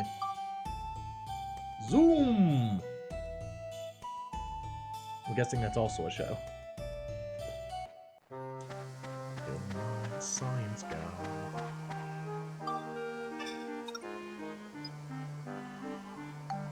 Eric in house near window. What? Oh. Where does Eric live? Eric, where do you live? He lives somewhere around here. Is this Eric's house? It's Eric's house. Okay, I gotta move Eric. Or I gotta put another windmill down, I guess. Block another windmill down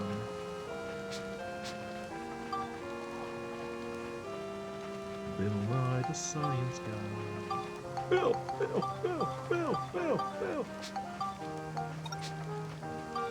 Oh. Well, crap! Alright, hang on, I gotta move this then. Got that. Bill Nye the Science Guy.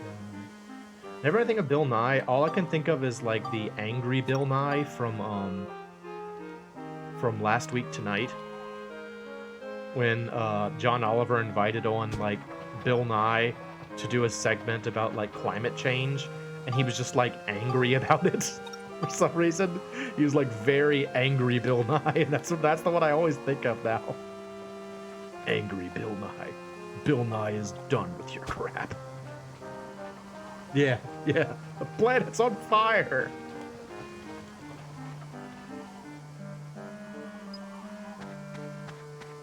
Let's go to the future and check that out.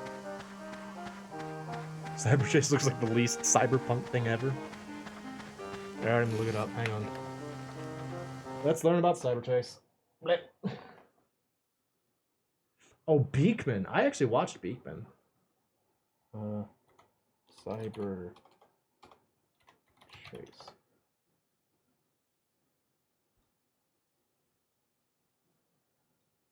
Cyber Chase. Okay. I like this guy. Is that his chin? Look at this guy's chin. It's awesome. What is this picture for? What is this picture for? Oh, there's a CG version of it. All right, that's enough of that. Moving that one away. I think Lester turned you into a furry. It was meant to be for boys.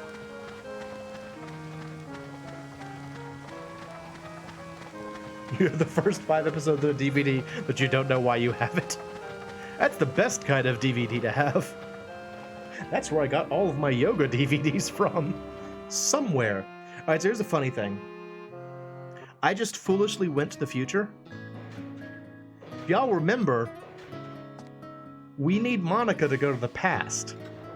Technically, I'm now stranded. It's a strange thing about this particular section of the game that, yeah, Monica's not here. How am I gonna get home? Immediately the game's like, you stupid idiot, and gets you back. But yeah. Where's the weapon shop?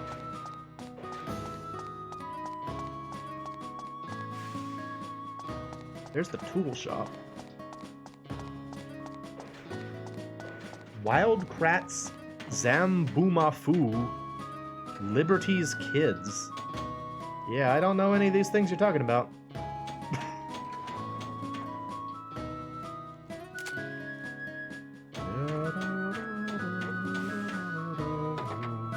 Dinosaur Train, Clipper the Big Red Dog. Martha Speaks? There's just a show called Martha Speaks? What does he talk about? Possum is just listing off all the PBS shows. Possum is just, she's gone to the PBS zone. We can't save her now. Talking dog. Wait, did I just... No. Oh, I saw a little treasure chest.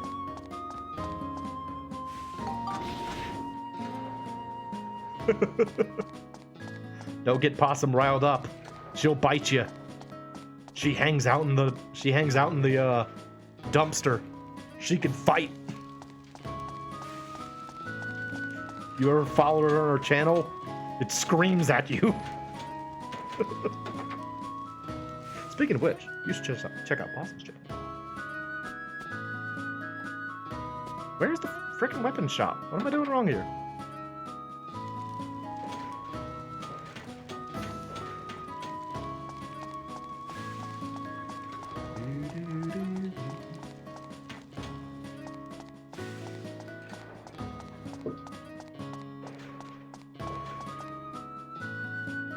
Well, it was found in the closet on the high school plastic wrapper. I was doing some janitor work to put in the class.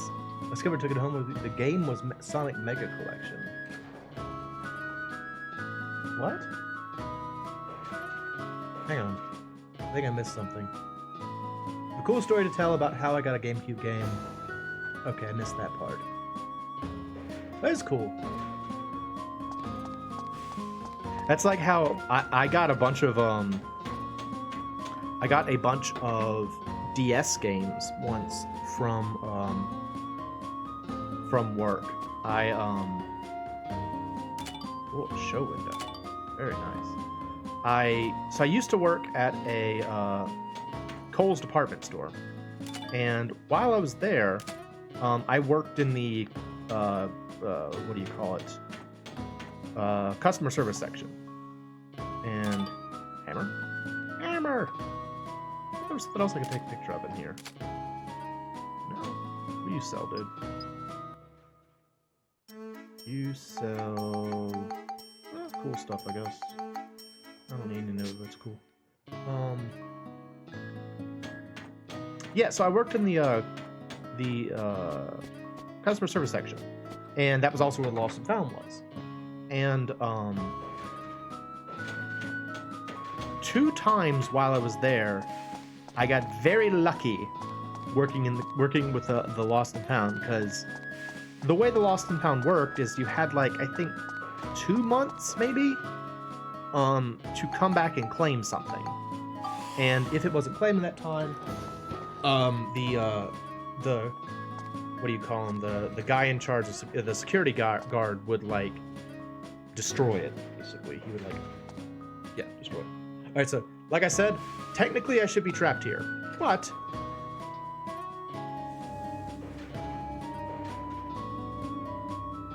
Just at that moment, my Atlamelia shone blue. how convenient! The blue light that reached to the past. Was Monica's Atlamelia lending mine its power? Yay! It actually does look kind of neat, because it's got like red and blue stuff going on. That's kind of cool looking. Yeah, it's just, they're just sort of like, alright, we don't want to get you soft locked. Here you go. You found a hot pocket at a laundromat dryer once? That's amazing. Did you eat it? Was it good? Was it well cooked? You found a hot pocket in a dryer? I love that story. That sounds like a parody of a story, like something you'd hear in like a comedy show. I found a hot pocket in a dryer once.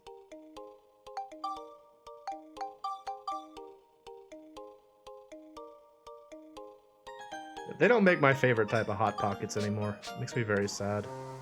I used to really like the taco ones. They were so good. They don't make them anymore. And now I'm going to the treasure chest danger zone. It was Roni flavor. Yeah, I ate it. That's cool. I mean, tell me it was in the wrapper. It was in the wrapper, right? It wasn't just like hanging out in the dryer, was it? I might have to be concerned for your health if it was just hanging out in the dryer. I also might be concerned for the laundromat.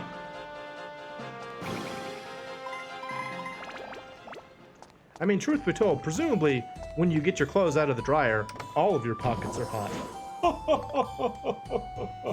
You can unsubscribe now. Please don't.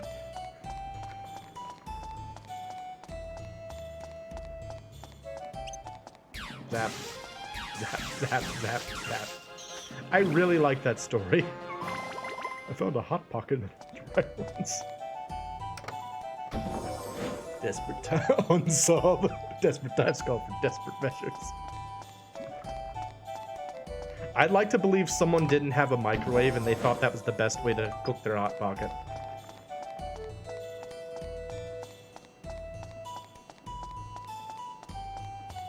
Man, I miss the beef taco hot pockets now. They were so good. They don't make it anymore. Why is that? Why is it that you like your favorite food that some crappy company makes is always the one that they stop making? It was beef taco. It was like the beef taco flavor. They actually still make like a southwestern hot pocket or something, but it's not the same thing. Doesn't taste as good. Tastes like garbaggio. I want the beef flavor. Because it was just beef and cheese in like a hot pocket shell. It was so good. Pepperoni pizza. Pepperoni pizza's good. I like how they have multiple versions of it now too. They got pepperoni pizza. They've got like garlic crust pepperoni pizza. They've got like super stuffed pepperoni pizza. Lots of different types of pepperoni pizza. It's good stuff. I mean, technically it's not, but you know, it tastes good.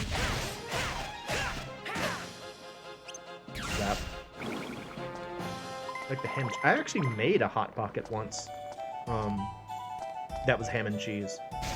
Like I've got a cookbook called Real Life Dinners by Rachel Hollis, I think's her name. And it's got a section for like fun kids recipes, and in there are how to make like homemade Hot Pockets. Very good. Oh hey Lori, welcome. Welcome to our Hot Pocket Symposium. Do you eat Hot Pockets?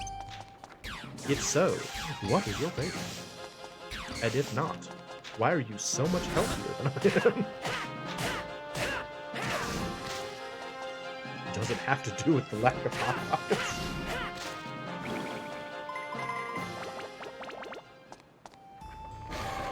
Doggone it, there's a lot of deadly treasure chests here in the treasure chest danger zone.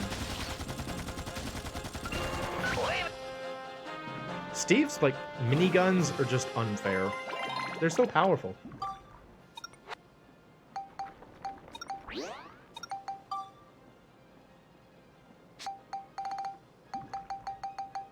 Our way to the... Why do I have so many synthesis points on this thing? Oh my gosh. Guess I missed a couple of level ups. Max out to the danger zone. Nope, not enough.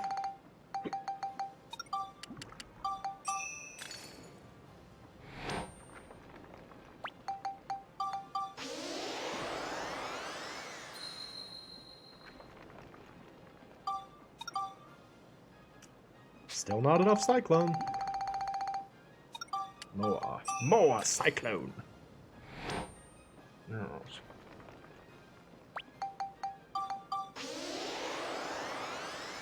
New Maggie pick in Brutal Chat. Very nice. Everyone loves Maggie. Did you ever have one of those Snack Master sandwich maker things? No, I don't know what that is. What is a Snack Master sandwich maker? Sounds intriguing. I'm quite curious. Is it like a like an easy bake oven thing, like a children's food kit kind of item? I never had any of those. They did sound interesting to me, but I never had any of them. I didn't even have a snow cone maker, which apparently all children in Japan did, and they were always shaped like penguins. Now you know.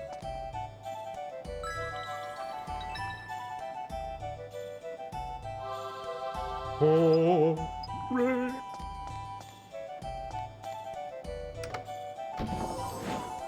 Yeah, I had an easy bake oven. It was terrible.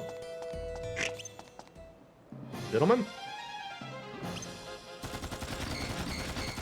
Wait till they get a load of this! I didn't want an easy bake oven, but what I did want was a creepy crawler making machine. I wanted one of those so bad. Creepy crawlers!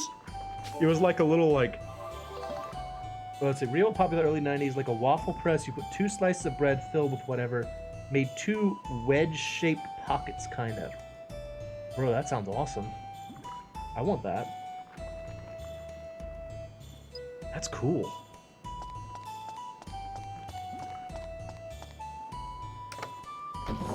It's like an empanada maker. Yeah, creepy crawlers. Possum knows what I'm talking about. Yeah. It's like it was like this little machine, and you would put like it had a bunch of molds for like different insects, and you would put like, I don't know, like plastic or rubber or something in it, and you cook it, and it would make you like a little, I guess it was rubber, it's probably rubber. It would make you like a little rubber floppy insect or whatever, and you could show them to your sister, because of course girls didn't play with it, and it'd be like, it's so scary, and you'd be like, ha ha ha, girls have cooties, and then you'd be repressed for years until suddenly you hit puberty, and all of a sudden girls were very attracted to you, if that's your thing, which it doesn't have to be, but it could be, and it could have all started with creepy crawlers. And now you know.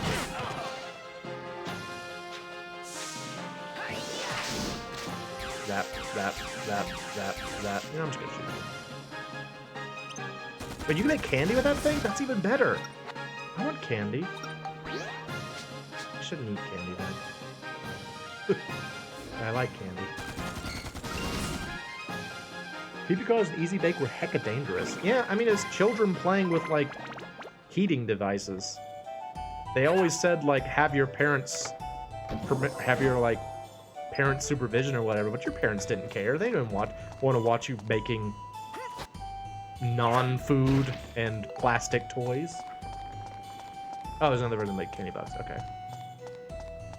Yeah, I remember there was a period of time where, like, there were a bunch of, they would pretend to be, like, science kits, but really all they were, like, toy-making kits that would make, like, gross-out stuff. Like, I remember there's one that was, like Monster Lab, I think is what it was called. And they would make like, there was one that was, like, a skull that you would put, like, goo inside of, and there was another one that was, like, you could make a monster out of, like, jelly and stuff like that. There's kind of a time for that. There was some weird... I mean, I guess there are always weird toy trends, but I remember some strange ones from when I was a kid. Y'all ever see, like, Polly Pocket and Mighty Max? Those were also kind of weird. It's a clever idea as long as you liked the toy. Like, if you're not familiar, what they were sort of like miniature play sets. So, like, you'd get this little, like, plastic box that was shaped... If it was Mighty Max... I'll go with Mighty Max because that was the boy one, so I'm more familiar with that. With Mighty Max, it would be like this little plastic head, sort of, look like a scary monster, like a mummy or like a zombie or something like that. And you could open it up, and on the inside was like a little environment that was supposed to be like the lair of whatever the head was. So if you get the mummy one, on the inside it would be like a mummy's tomb or something. And included would be like these like Micro Machine sized tiny little action figures. And the idea was that you could just kind of carry around a playset with you with the toys included inside of it. The problem was they were so dang small that they were easy to lose and or have your little brother or sister choke on.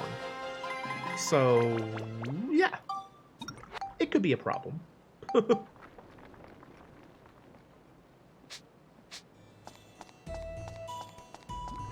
But I thought it was a cool idea, you know? The idea of being like something portable that's like a playset. I like that.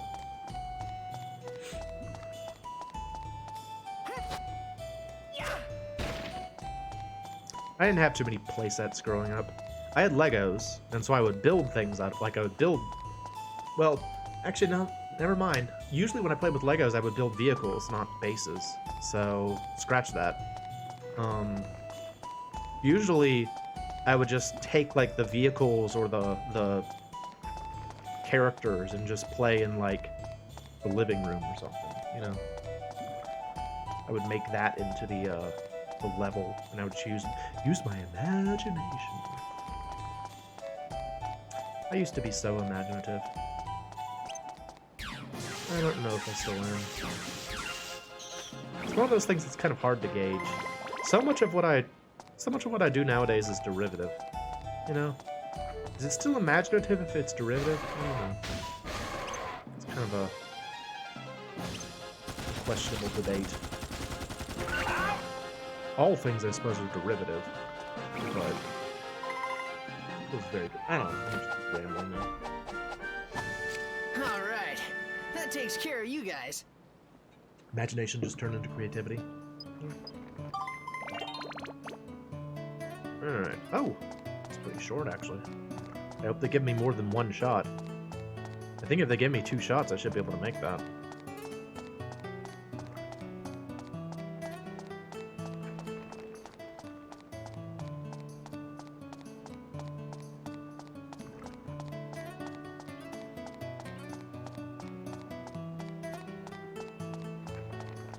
give me 3 shots. Okay. Well, let's see if I can screw this up. I have 3 shots to make it, like, across the room. Just gonna tap it up. Oop. Okay. And just sink it. Washoo! I did it. Yeah.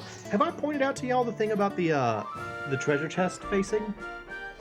A funny thing about the Spheda treasure chests is that they will face away from the direction that the ball went into the hole.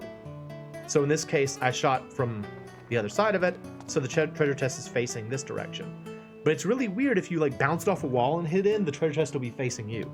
It's like a really minor thing, but it's neat. I don't know, it's just a little neat thing to point out. So did you play with Polly Pocket Possum? Were you a Polly Pocket Possum? Possum Pocket. It's just neat. Yeah, it's just neat. You had so many? Awesome. I think they briefly brought back Polly Pocket. And then she disappeared again. But I think there was a brief resurgence of Pocket.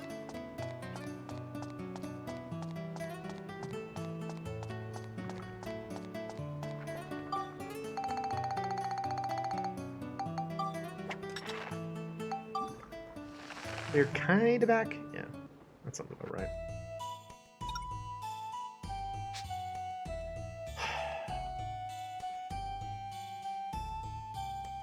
Okay, so we're up against time, but I'm gonna finish the chapter because I mean we're right here. We're right here. We're gonna finish it. Be dumb not to.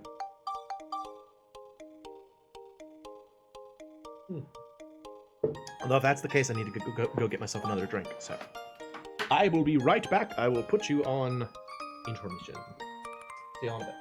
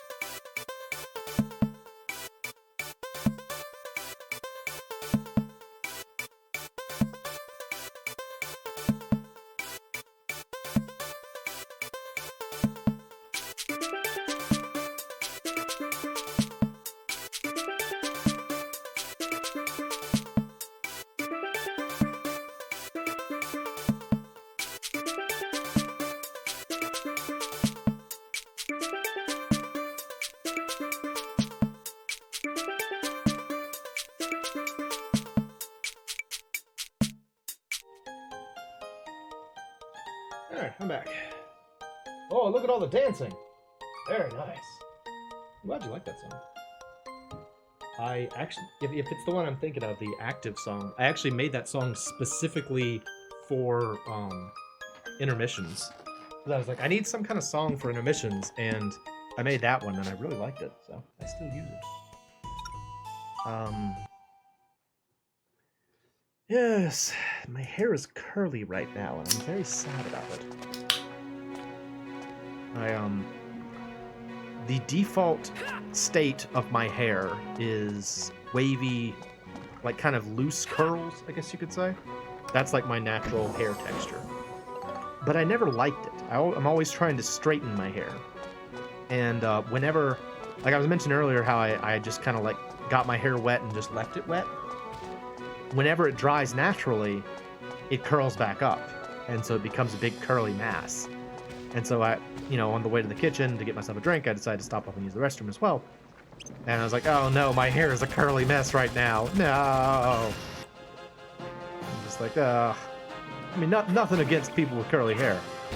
It's just the standard situation where nobody likes, yes, I wash my hands. Awesome. Thank you. Of course I wash my hands. Who do you think I am, Ian? Ian never washes his hands. Never, ever, ever.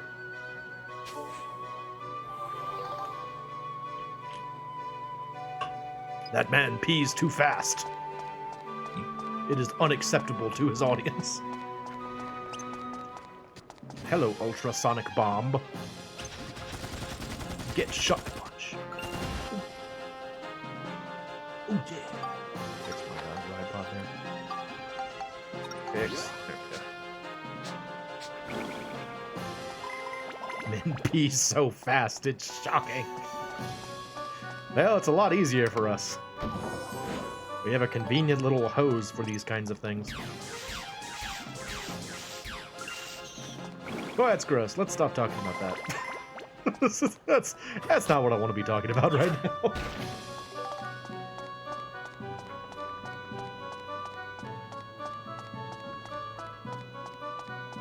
It's a lot of enemies. I don't know if I ever mentioned it, but the last level before you get to the boss, basically the level that has the music that's playing right now, I think it always has the most enemies in the stage. So it always has like more enemies than other places. We got a lot of enemies to get through this one. Yep. I'm still thinking about that Creepy Crawlers song. Or some other weird toys from my youth. I remember there was this set of like like toy cars that I think it was called the Attack Pack, maybe something like that. And the idea was that they were like monster trucks or jets or helicopters, and they had like a button you could push on them that would like transform them into having like a mouth. So like, take for example the monster truck. It looked like a truck with big wheels, and then it had like a little lever on the back of the truck, like in the bed of the truck, that if you push down on it, the hood would like open up and have like a big giant mouth, kind of like with like teeth and tongue and all that. That was kind of cool. Meow, check your Discord. Well, I don't like doing that during a stream, but I'll do it for you, Possum. What did you send me? Oh, Creepy Crawlers. Okay, we're gonna watch this.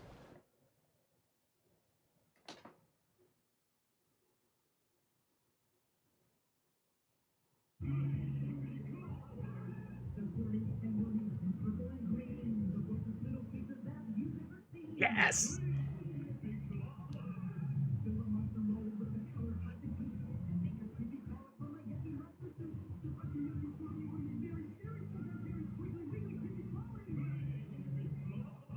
Did you see how excited he was? You could be a little creep without being bad. Awesome. Oh, there's no audio? Oh man, I'm sorry. Let me do it again. Hang on, let me do it again. I'm sorry. That's not audio. Okay, we're gonna do it again. I don't mind hearing it twice. No, do it again. They're squirmy and wormy and purple and green, the grossest little creatures that you've ever seen. Ugh. You can hear it now, right?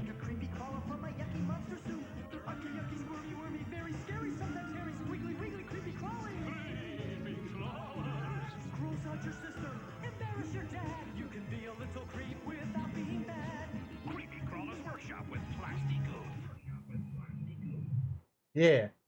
That's creepy crawlers, though. Kinda. Well, yeah, sorry. But you can be a little creep without being bad. Oh, geez, I'm messing all kinds of things up. I'm sorry. We got that. Everything look normal. Does everything look normal? Okay. No desktop audio. Game audio, yes. Okay, cool.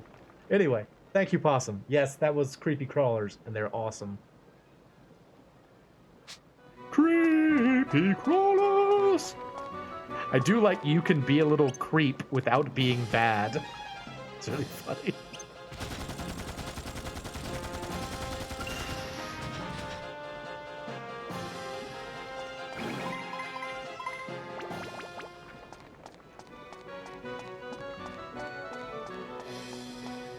Ooh, look, lava.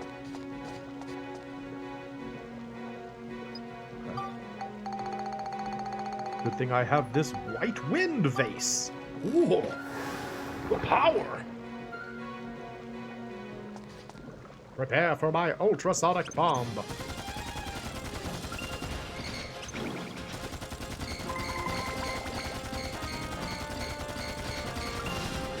Wait till they get a load of this. I'll be honest, I actually didn't play with very many action figures. You know? Like, I didn't do G.I. Joes, I didn't really do Teenage Mutant Ninja Turtles. I guess I did a couple of TMNT stuff. My friend down the street had more action figures than I did. His family was richer than mine, so he always had, like, the cool stuff. Actually, you know what toys I did have? Which is kind of funny because I still haven't even seen this movie because I'm too much of a chicken. I had a lot of Aliens toys, like Alien, like the Xenomorphs aliens. I had a lot of those. Them and Predator. I had like the Aliens versus Predator toys. Those were cool. Still haven't seen the movies though, because it's scary. They were cool, right? Yeah, I loved them. I had Transformers too, but I'll be honest, my sister was more into Transformers than I was. Transformers and GoBots. I still don't really know what the difference between No, I didn't have any of the I didn't have any of the mechs. I didn't have anything other than just the aliens themselves. Like, I don't even think I ever had, like, the people. I just had the aliens. Yeah, I still don't know how GoBots and Transformers existed simultaneously. I don't know if GoBots were, like, made by the same company or, like, a different company, or how that worked. I just remember GoBots existed. And they were led by a F-15 jet, I think. Yeah.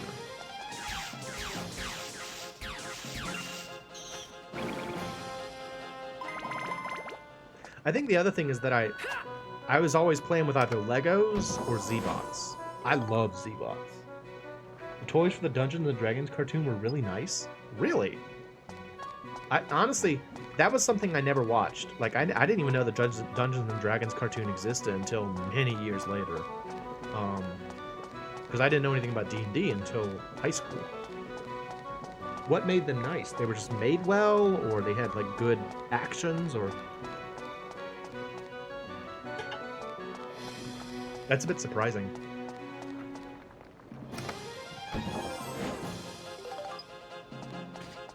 Man, I wish Z-Bots still existed.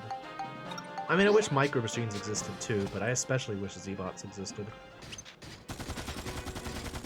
Although at the same time, by the end, like by the 5th generation, a lot of the designs weren't very good anymore. You know what I'm talking about? there was a company called Galoob that used to make. They started. Well, I don't know if they started off, but at least for me, they were most famous for making Micro Machines, which were little tiny cars, really, just like really small cars. And they had the Micro Machines guy, who is very famous. He's worth looking up if you've never seen the Micro Machines guy. You can probably find him on YouTube by just searching the Micro Machines guy. But Galoob also made a series of robot toys, which were like little tiny robots. And they were called Z-bots, like the letter Z bot, or like Z bots.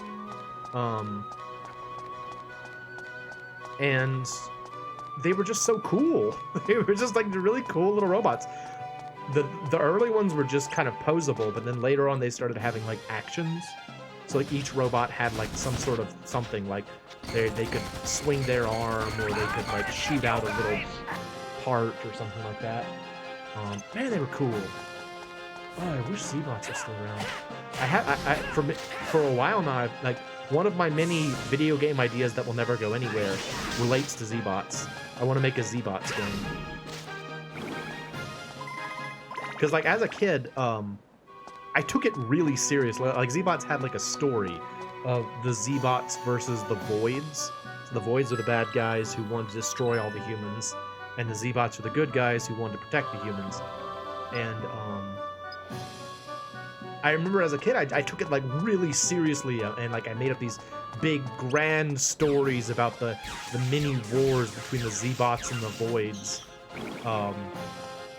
And like, so I had this idea for a video game that was like, it was like a serious story of this robot war between the Z-bots and the Voids, but like it would have this strange undercurrent where you could get the impression that like they were still toys. Like the environments would, the way I have it pictured is that when you pause the game, the entire screen would shift from looking like this futuristic robotic landscape to like stuff inside of a house. So the idea is that like when you're playing, it's all in the world of imagination, and it's all these like this grand story I came up with. But when you pause it, you can see that they're actually toys. I don't know. I think that's cool. I mean, it's kind of like Super Smash Brothers, I guess you could say. But well, actually, do they still have that storyline? The idea that like Super Smash Brothers is actually just a kid playing with toys? Because that was the original idea with Super Smash Brothers, is that like it's not actually a crossover. It's that some kid has a bunch of Nintendo toys, and they're just like playing with them in their room. And that's why the boss master hand is there, is because it's like that's the hand of the child. But I don't know if they still do that. I don't know. Super Smash Brothers is weird to me nowadays. It's too serious. I don't know. It's like all tournament stuff.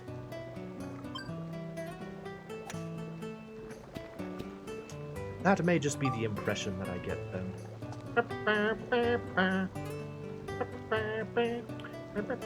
I remember when ska was still big, and I feel like those two, like the impression that I get Walking on the Sun and All-Star were like the three. I don't know if you would even call All-Star ska or not, but in my mind those were like the three ska songs. And then like for years I just completely forgot about the impression that I get. I just forgot about it entirely. And then I heard it like, I don't know, a few months back, and I'm like, oh my gosh, this song was huge for me when I was a kid. Completely forgot about this song. I guess you could say it didn't leave an impression.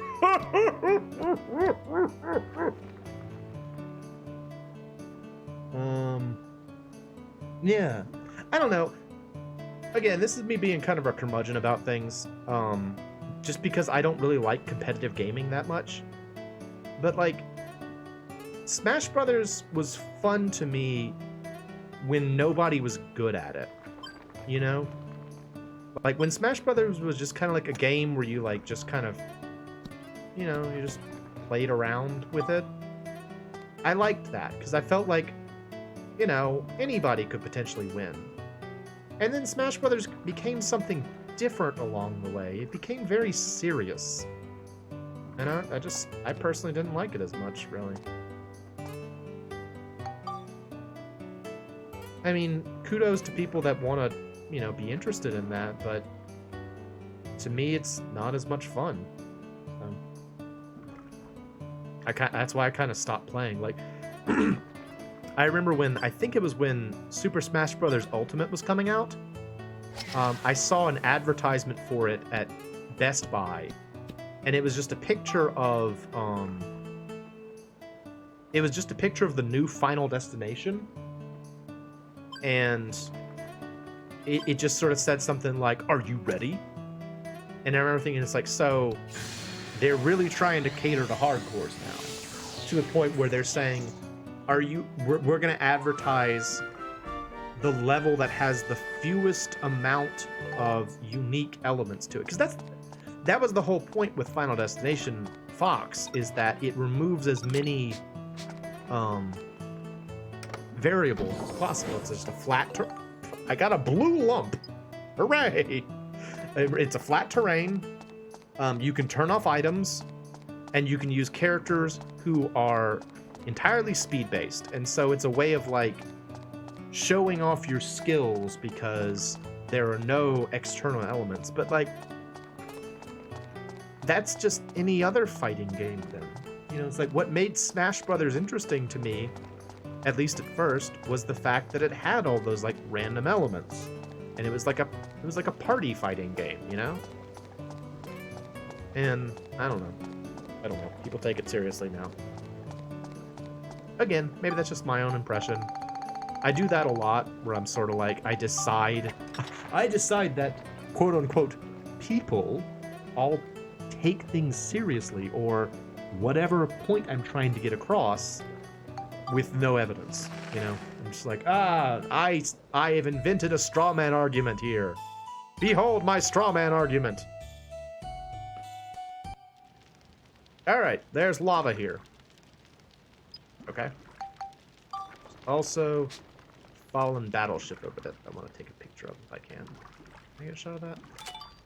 Yeah, awesome. Alright, so I gotta leave.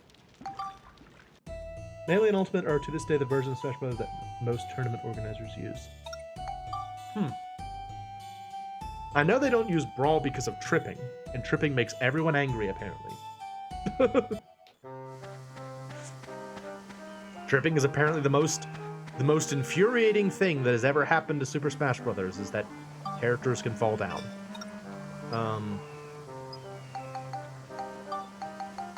Again, didn't really bother me very much, but what do I know? Oh, okay, we just need to make culture. Okay. Let me add some culture.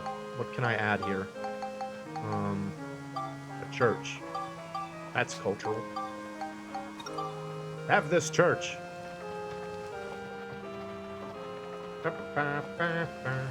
Yo, go to church in Heimrada. Yo, wanna build things? Well, you better go to church. Hang on, I gotta get a hardened mud pile. Give me a sec. Okay, just one.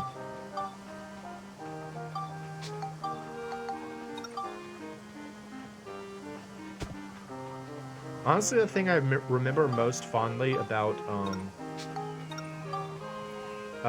Super Smash Bros. Brawl is the Subspace Emissary.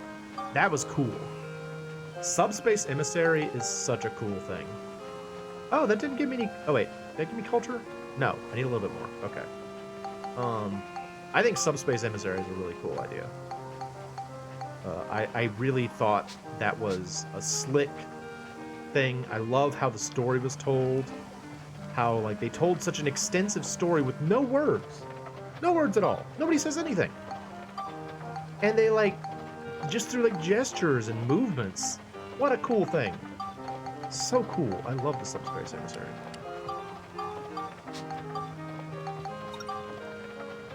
Put you there.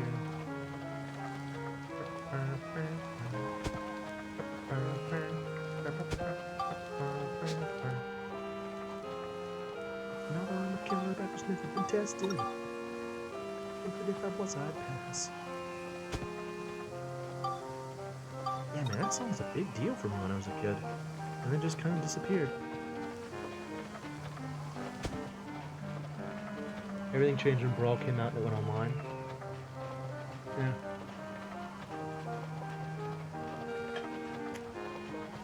I don't know. Again, if it's what you like, it's what you like. You know? People like whatever they want. I just don't like it as much. You know? That's me. Alright, cool. The operations room has been created. Ta-da! Does he have a whip? I didn't know he had a whip before. He's like a little Indiana Jones. That's cute. The only Smash game you played was Melee. Melee was a good one. That was one of the few GameCube games I played, like I really wanted when I got a GameCube. I wanted Super Smash Bros. Melee, and I wanted Metroid Prime. Those were the big ones that I wanted.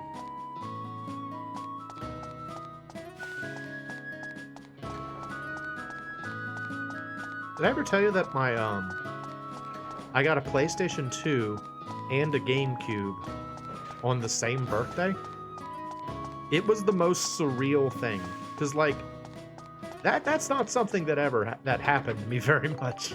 Like if I got a console, it was probably all I got for Christmas and my birthday, which are right next to each other. And that year I got 2 consoles at the same time, and it was just like, what? I didn't know what to do with myself. I was so surprised, shocked. Got brought on your birthday last year, but sadly the label side had some scratches that we couldn't read. Oh, that's terrible. Wait, the label side. Oh, so it was actually like seeing through the disc? Oh, dude, that sucks. Is there like can you like make a sticker and put it on top to kind of help that? Because I mean, if the bottom side's working, then it seems like it would be easier to repair the top side than the bottom. That sucks though, Jimmy. I'm sorry.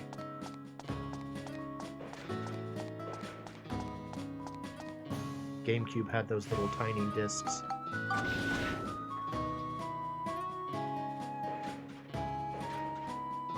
Oh. Yeah, I'm sorry, man. That's rough. It's a game you can probably get again, though. I mean, it was a popular game. They probably have plenty of them.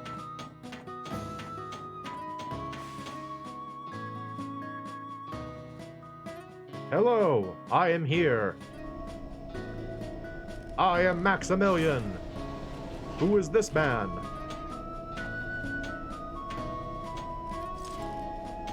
Who are you?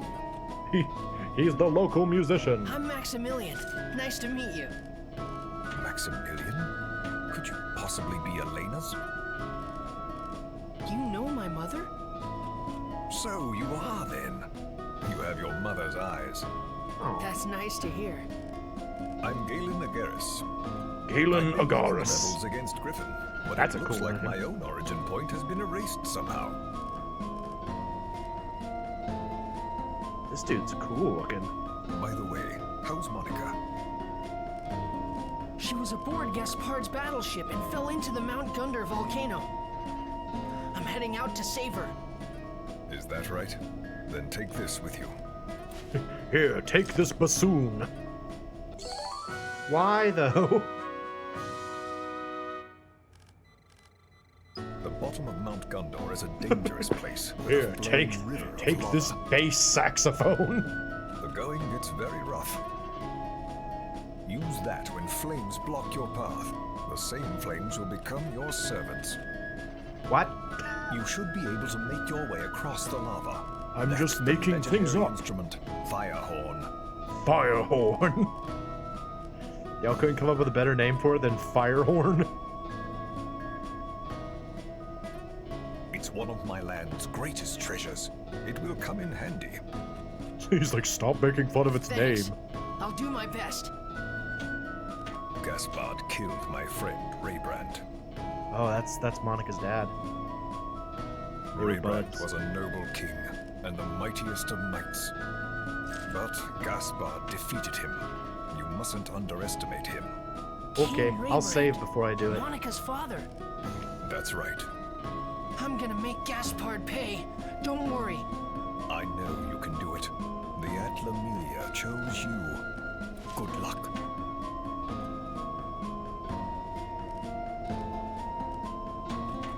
So I need to take pictures of things first? Hang on. That. Take a picture of that. Light. Oh, nice pose, dude. It's like, oh, Galen Agara's time. Computer. Chair. Anything else? I liked his battle pose there for a second. Just like, oh, Galen Agara's time.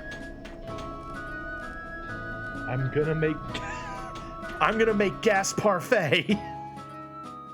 He's like, oh, is that so? All right. I'm gonna make gas parfait. I like that.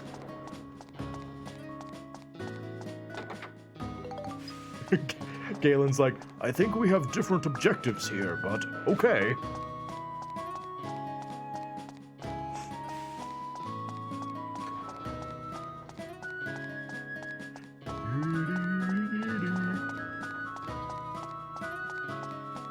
Actually, before we start this battle, let me check some things.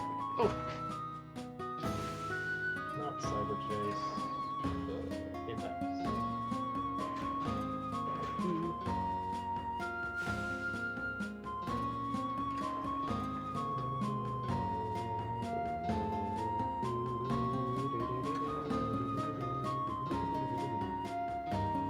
I want to make sure that I've got good ride pod parts.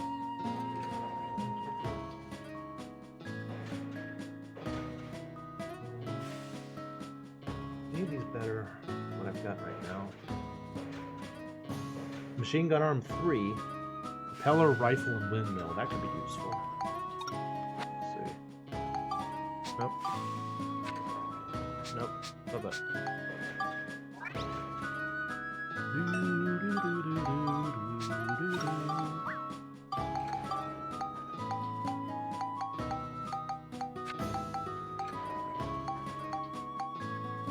Rifle.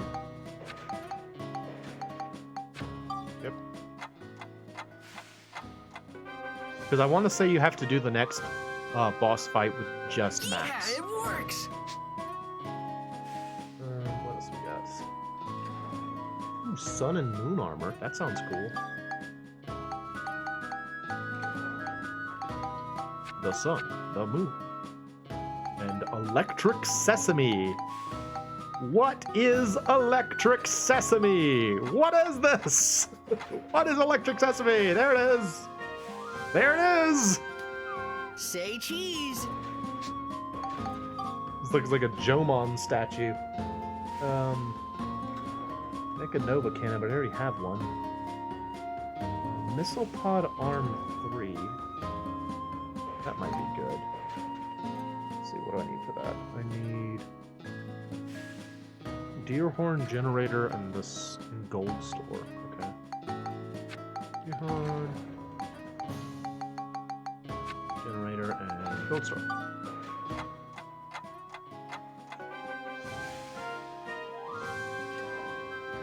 Say cheese.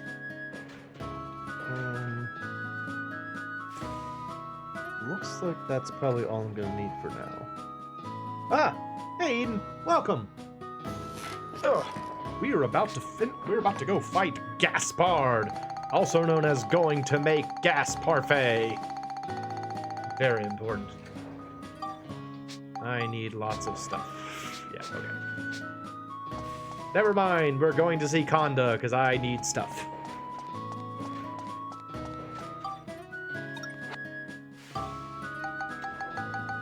Give it out.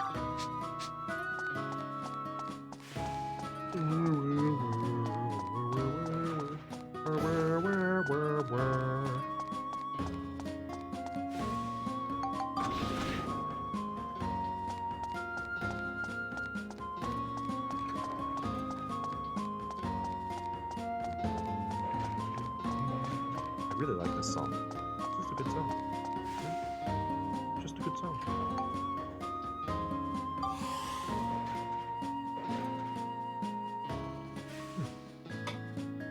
Alright. This.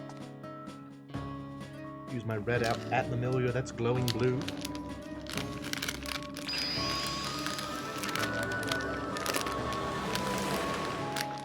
I have some chocolate here. Going to eat.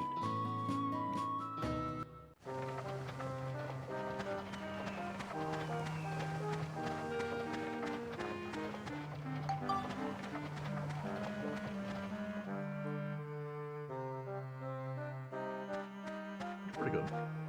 It's good chocolate. Milka. M-I-L-K-A. Milka chocolate. Good stuff.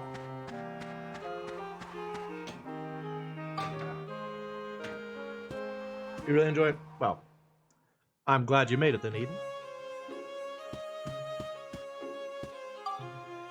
And of course, if anyone ever misses any of the streams, you can always catch them over on my YouTube channel. All the VODs go there.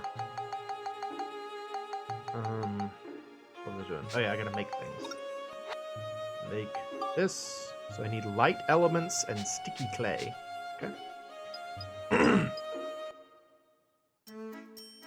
First, I actually need to sell a bunch of stuff. So I've just got things, got like weapons and so forth that I'm not using.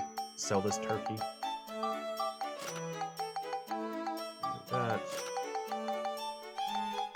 Like this. Like this.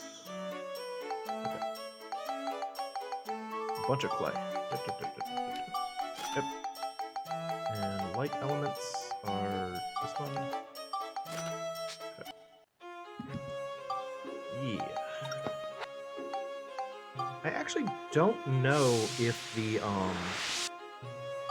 ride pod like body part has any defense on it or if it's just like cosmetic. I've never known about that.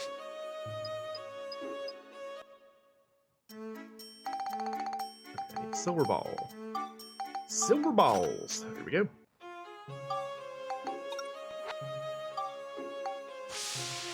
There we go. Wood stop. I need more silver balls. Okay.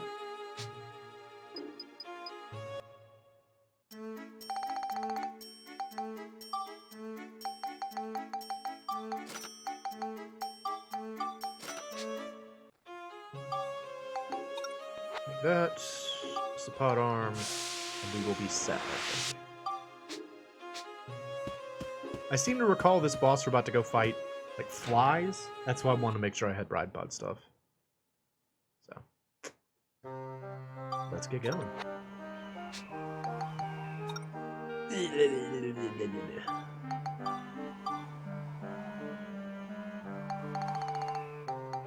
Nope.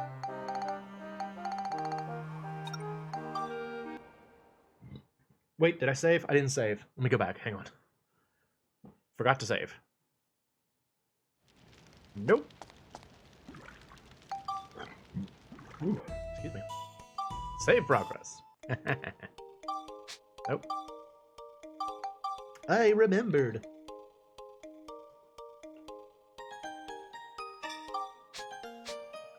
Okay. Now we go.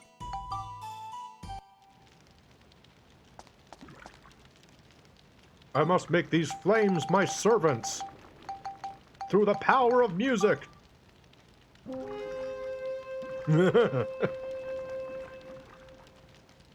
It's a good thing Max learned how to play a double-reeded instrument. The lava! It's parting! I mean, that still looks molten. Well, I don't need my feet anymore. Ah! Alright, cool, we're here.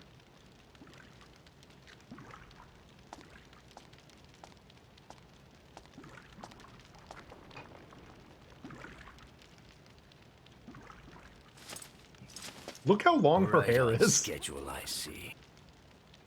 Monica! Worry about your own hide, boy. Your little journey's about to come to a screeching halt. Oh no.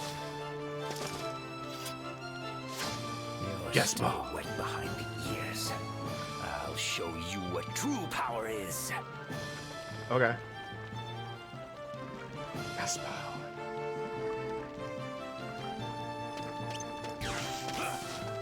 What if I just shoot you a bunch? Does that work? I lose my lock on whenever he does that. That's annoying.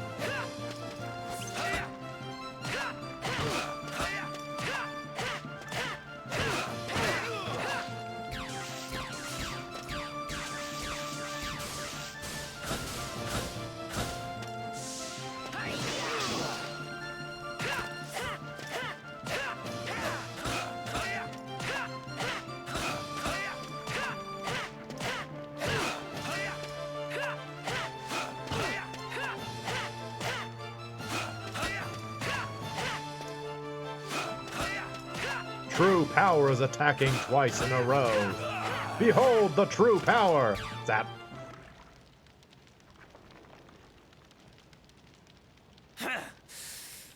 Once again. That's right, look at my silly Why do you refuse weapons! to give up, Look at my boy? Fisher-Price weapons!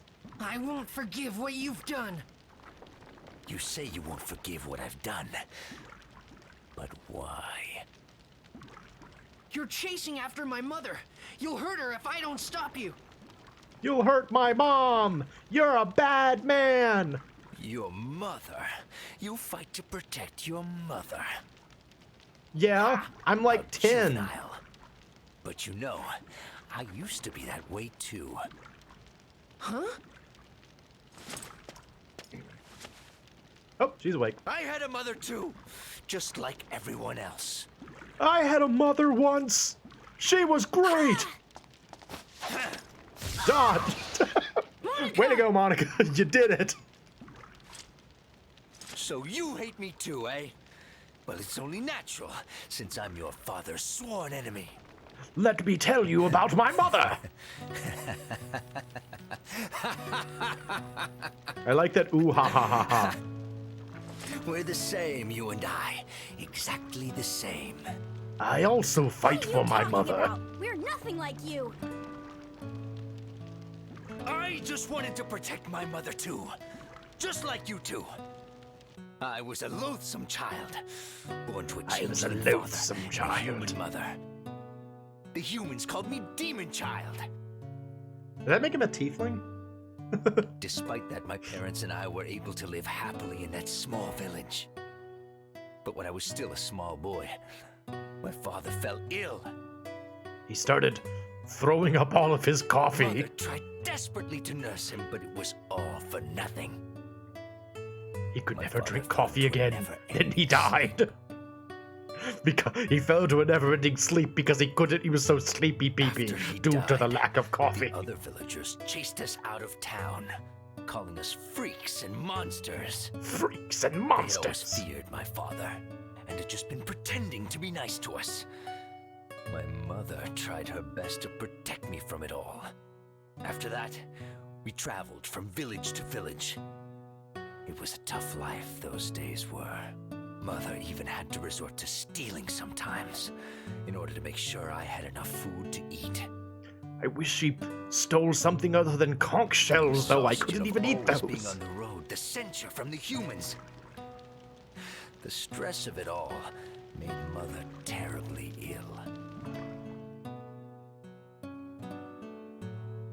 Gaspard, it's time Ooh, to look say at that goodbye. high tech. She's even under the Mother? sheet. What do you mean? I'm not going anywhere. Can we stay together? Listen carefully, Gaspard. No matter what, you mustn't think ill of people. No good can ever come out of hatred. You'll be on your own from now on. Don't let the loneliness get to you. You must continue this journey. You must find something you want to protect, even if it takes your whole life. Search for that. You must must live your life searching for that until you find it. I'm about to die, and I want to give you a really hard and ambiguous task, Until Gaspard. then, you must Because I never love you, I stop guess. this journey. What? What am I supposed to find? He's like, I don't understand the Can't goal. you see? I don't understand. I know if Please anyone explain can it more find clearly. You can, Gaspard.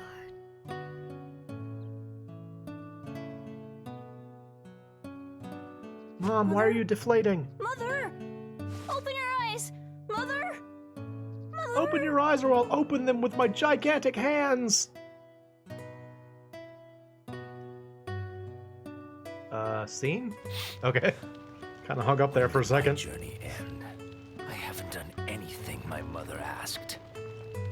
I mean, screw her, It's right? just hatred that drives me now. She can't tell me to clean my room. I just didn't have anything worth protecting. Gaspard. But you have something. Something to protect. To protect even if it costs your life. You must continue your journey. You mustn't give up now. He's not a bad guy. You show me He just lost his where way. your journey will take you. I'd like to see it too. Look at him smiling. He's The like, end of yay, my own I also want to go on an journey." adventure. Wee. Can I be your friend too? Okay, see you later. Bye, Gaspard. Yeah? Oh, right, he's from the future. Okay. Oh no! Headache! He's suffering from the same coffee deficiency as his dad. This betrayal. That wall is now talking to him. What the? You're one of mine. If you don't kill them, you will live to regret it.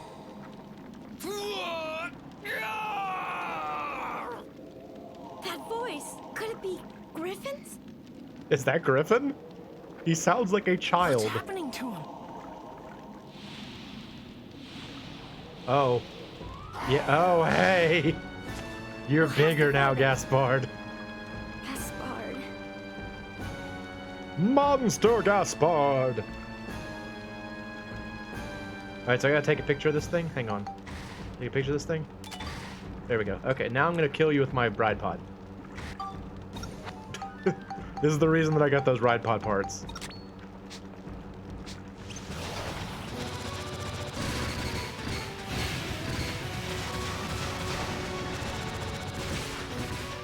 Get lost, you runts.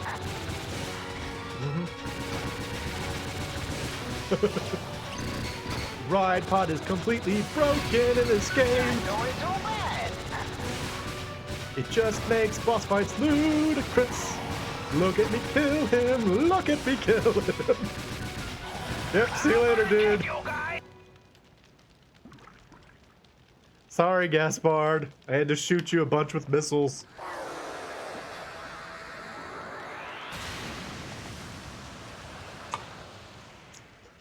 Get ready. Monica's about to do a swear. How sad. Oh, guess I won't be able see your journey to its end. When I see my mother again, I'll tell her that at the end, I finally met you too.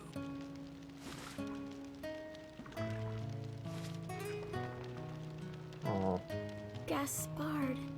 hi, Gaspard. You killed her father, so she has very conflicted feelings. Get ready for Monica's big swearing scene.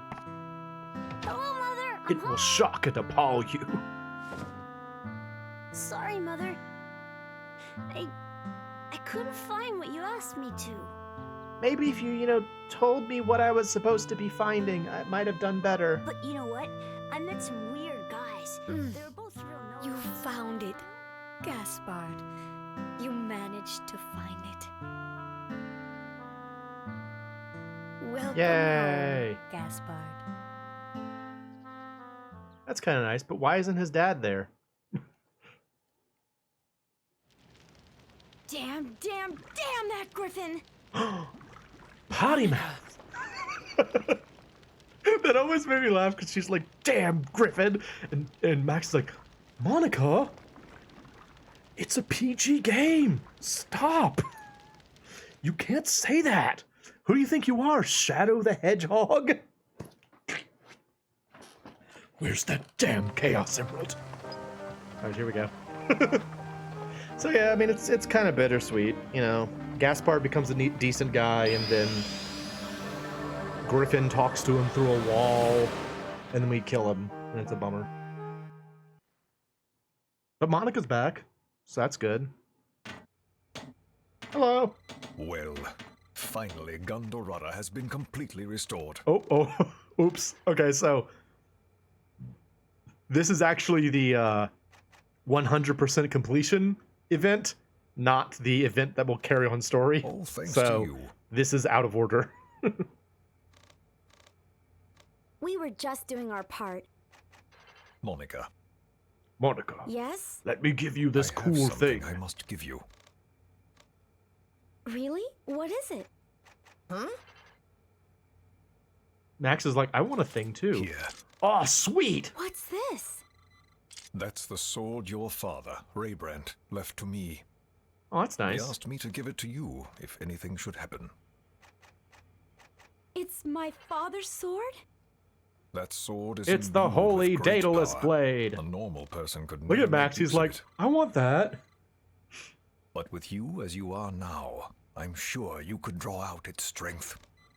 Now is the time for you to take that sword and fight alongside your father, Monica. But my dad's dead, though. Father! The holy Daedalus blade. Daedalus? I never know. Yay, we did it. Okay, now let's have the actual story happen. Right, Gaspard was unhappy too. I want the event to happen, though. There's supposed to be an event now.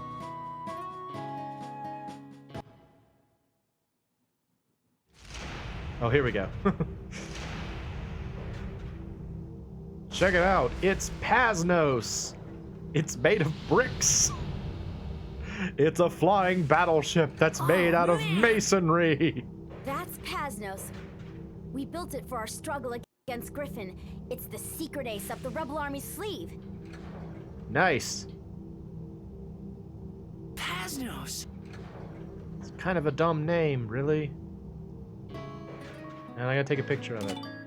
Okay, now let's do it. Go, Pasnos. Make work. Go. Make happen. Work. Go. What? Where am I supposed to go to make plot happen? Plot! Where are you, plot?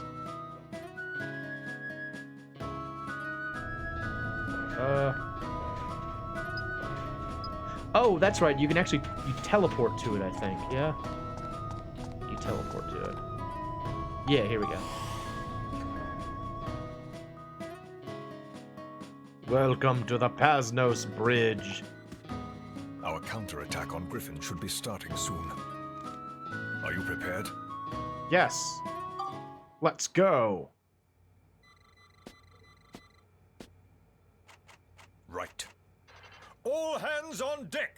Preparing Pasnos launch! Oh, he totally has a commander voice, doesn't he? A video game commander. Oh, we can hear this. Y'all can hear the music, right?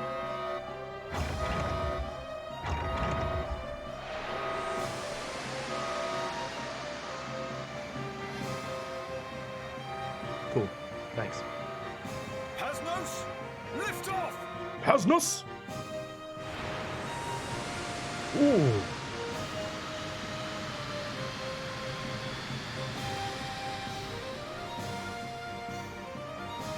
That's pretty neat looking. It's a good shot. Oh no! Many golems!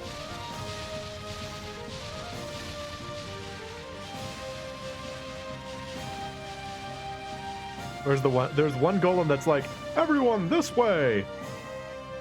What are those things? They're golems. We've killed lots of them. Those those are the golems in Griffin's control. They're huge. Yes, Griffin destroyed a mountain and created a whole army of golems. Oh. They're a magical force to be reckoned with.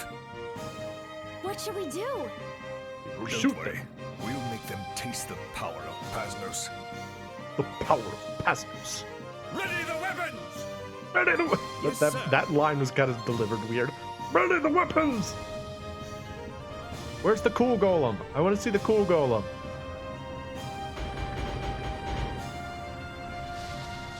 Where is he?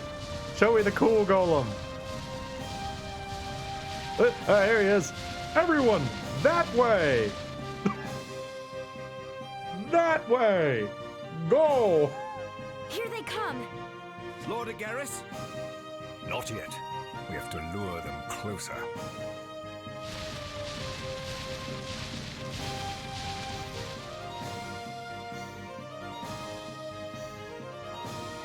Now! Fire! Pew, pew, pew, pew, pew, pew, pew. Nice. Oh, no! We had such good leadership, though.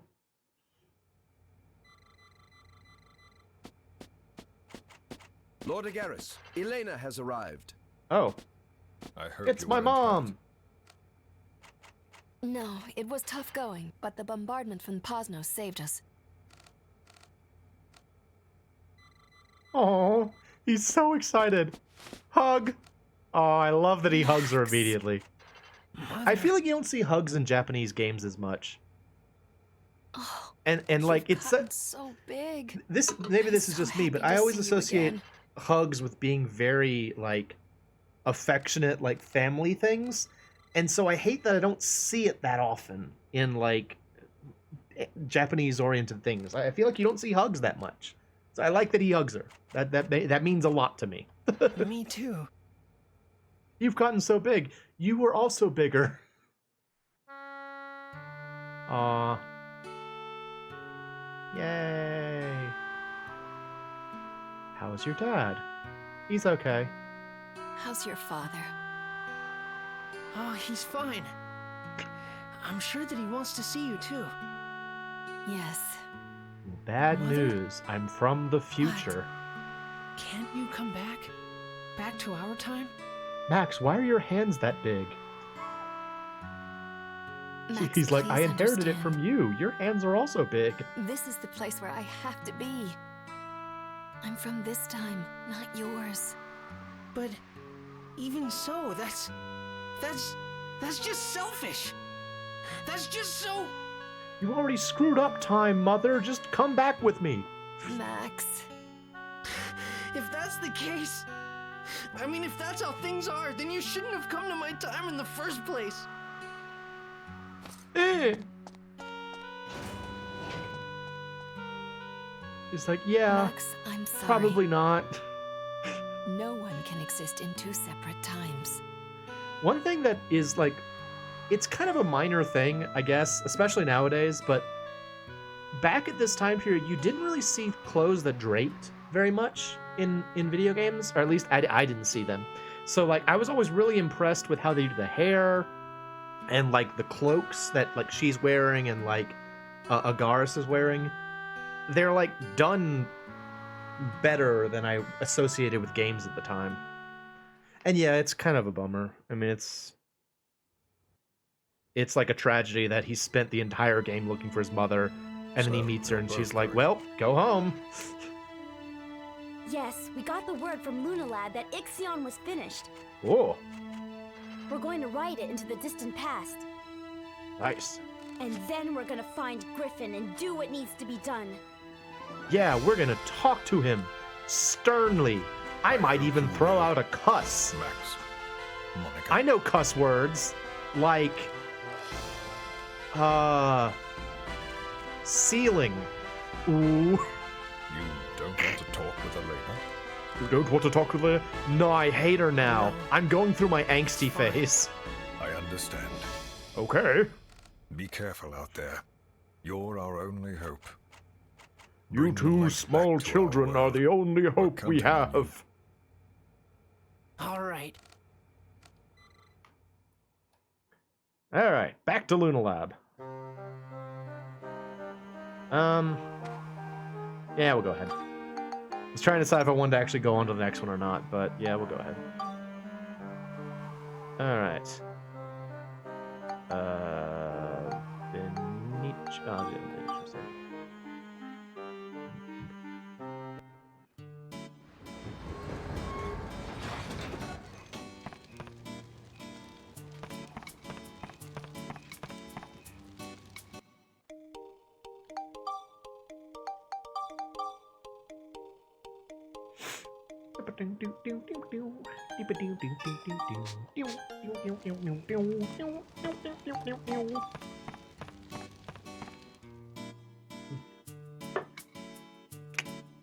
Yeah.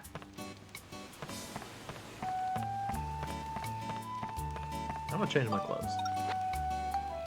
Oh, we should use this one. Monica. I forgot to equip the weird new body for Steve. Steve! Yeah, look how weird this looks. Yeah, baby! I'm a future robot. It's freaking weird, man. Monica, you should use your daddy sword. Use the daddy sword! And you don't forget to change your clothes, because I like that outfit too much. You can wear this one. And this hat. And these shoes. Okay. Beep, beep, beep, beep, beep, beep, beep, beep. Max is like, Monica, I was almost trapped in the future. And then my Aunt Lamilia started glowing blue, so I guess we don't need you anymore. Monica's like, oh.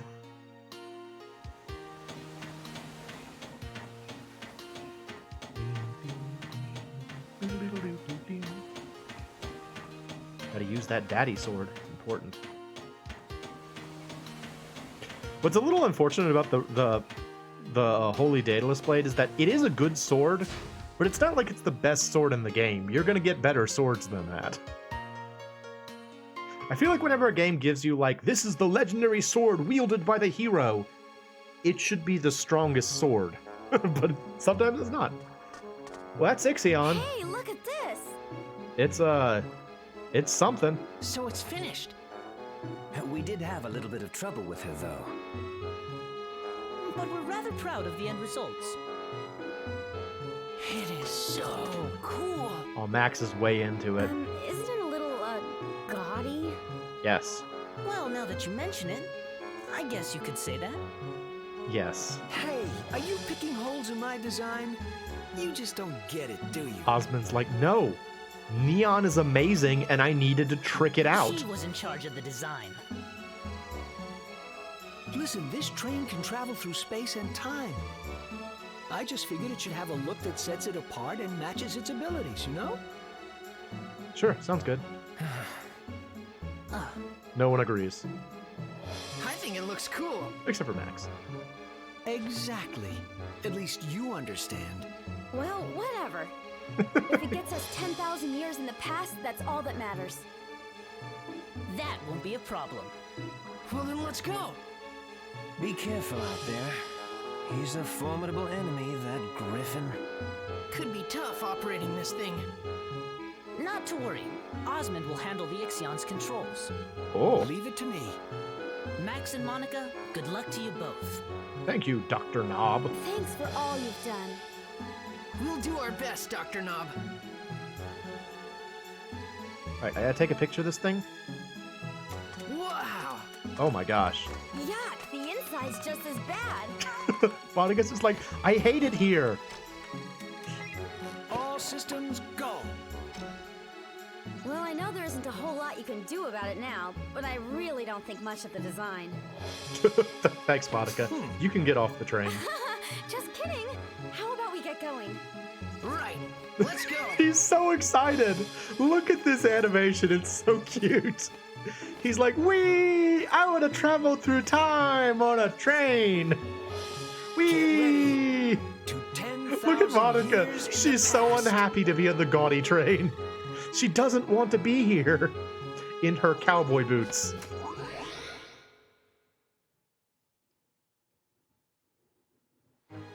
Meanwhile,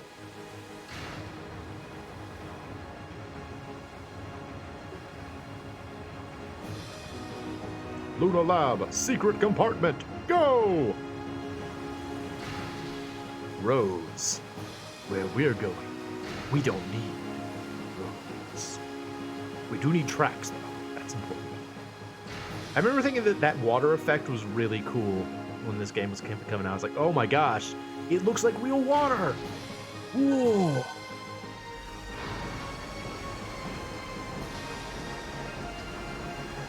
Go, Ixion, go! Whoosh!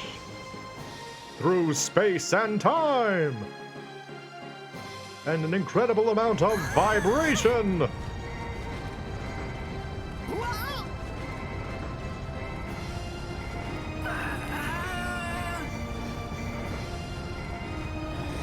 And wobbly effects! Ooh. Chapter 6. When two eras collide. Alright, and that will have to be for the next time we play. We have now finally made it 10,000 years into the past to face off against Griffon. And in 10,000 years in the past, things were very brown and red. This is how the past looks. It's very bleak. So this is 10,000 years ago. It's kind of gloomy. Yep. Look, there's only one moon in the sky. That's weird. What's going on? Did we land on a whole different world? I guess even the sky looked different in this time.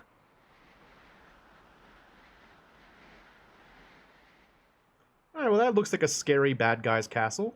But I do see a save point. Meanwhile, Osmond's Emperor just Griffin like, I'll is stay with the somewhere in train. there, huh? Yes, I can feel him. Griffin. He's in this palace. Finally, time to set things right. I'll wait for you here. I hope it all goes well. Okay, let's get going. More like, let's save and wait for the next stream. Alright, so, we're making progress. We're on chapter 5 of, I think, 8? I think there are 8 chapters total. We're on chapter 6 of, I think there are 8. So, making progress. As I mentioned before, I will be gone next week. So, be a little while until I stream next, but I hope you guys will come back, and I hope y'all have a great next week. I will be doing my best out in Wyoming. So, yeah. Hope y'all have fun. I am the MoeChicken. This has been Dark Cloud 2, and thank you for stopping by.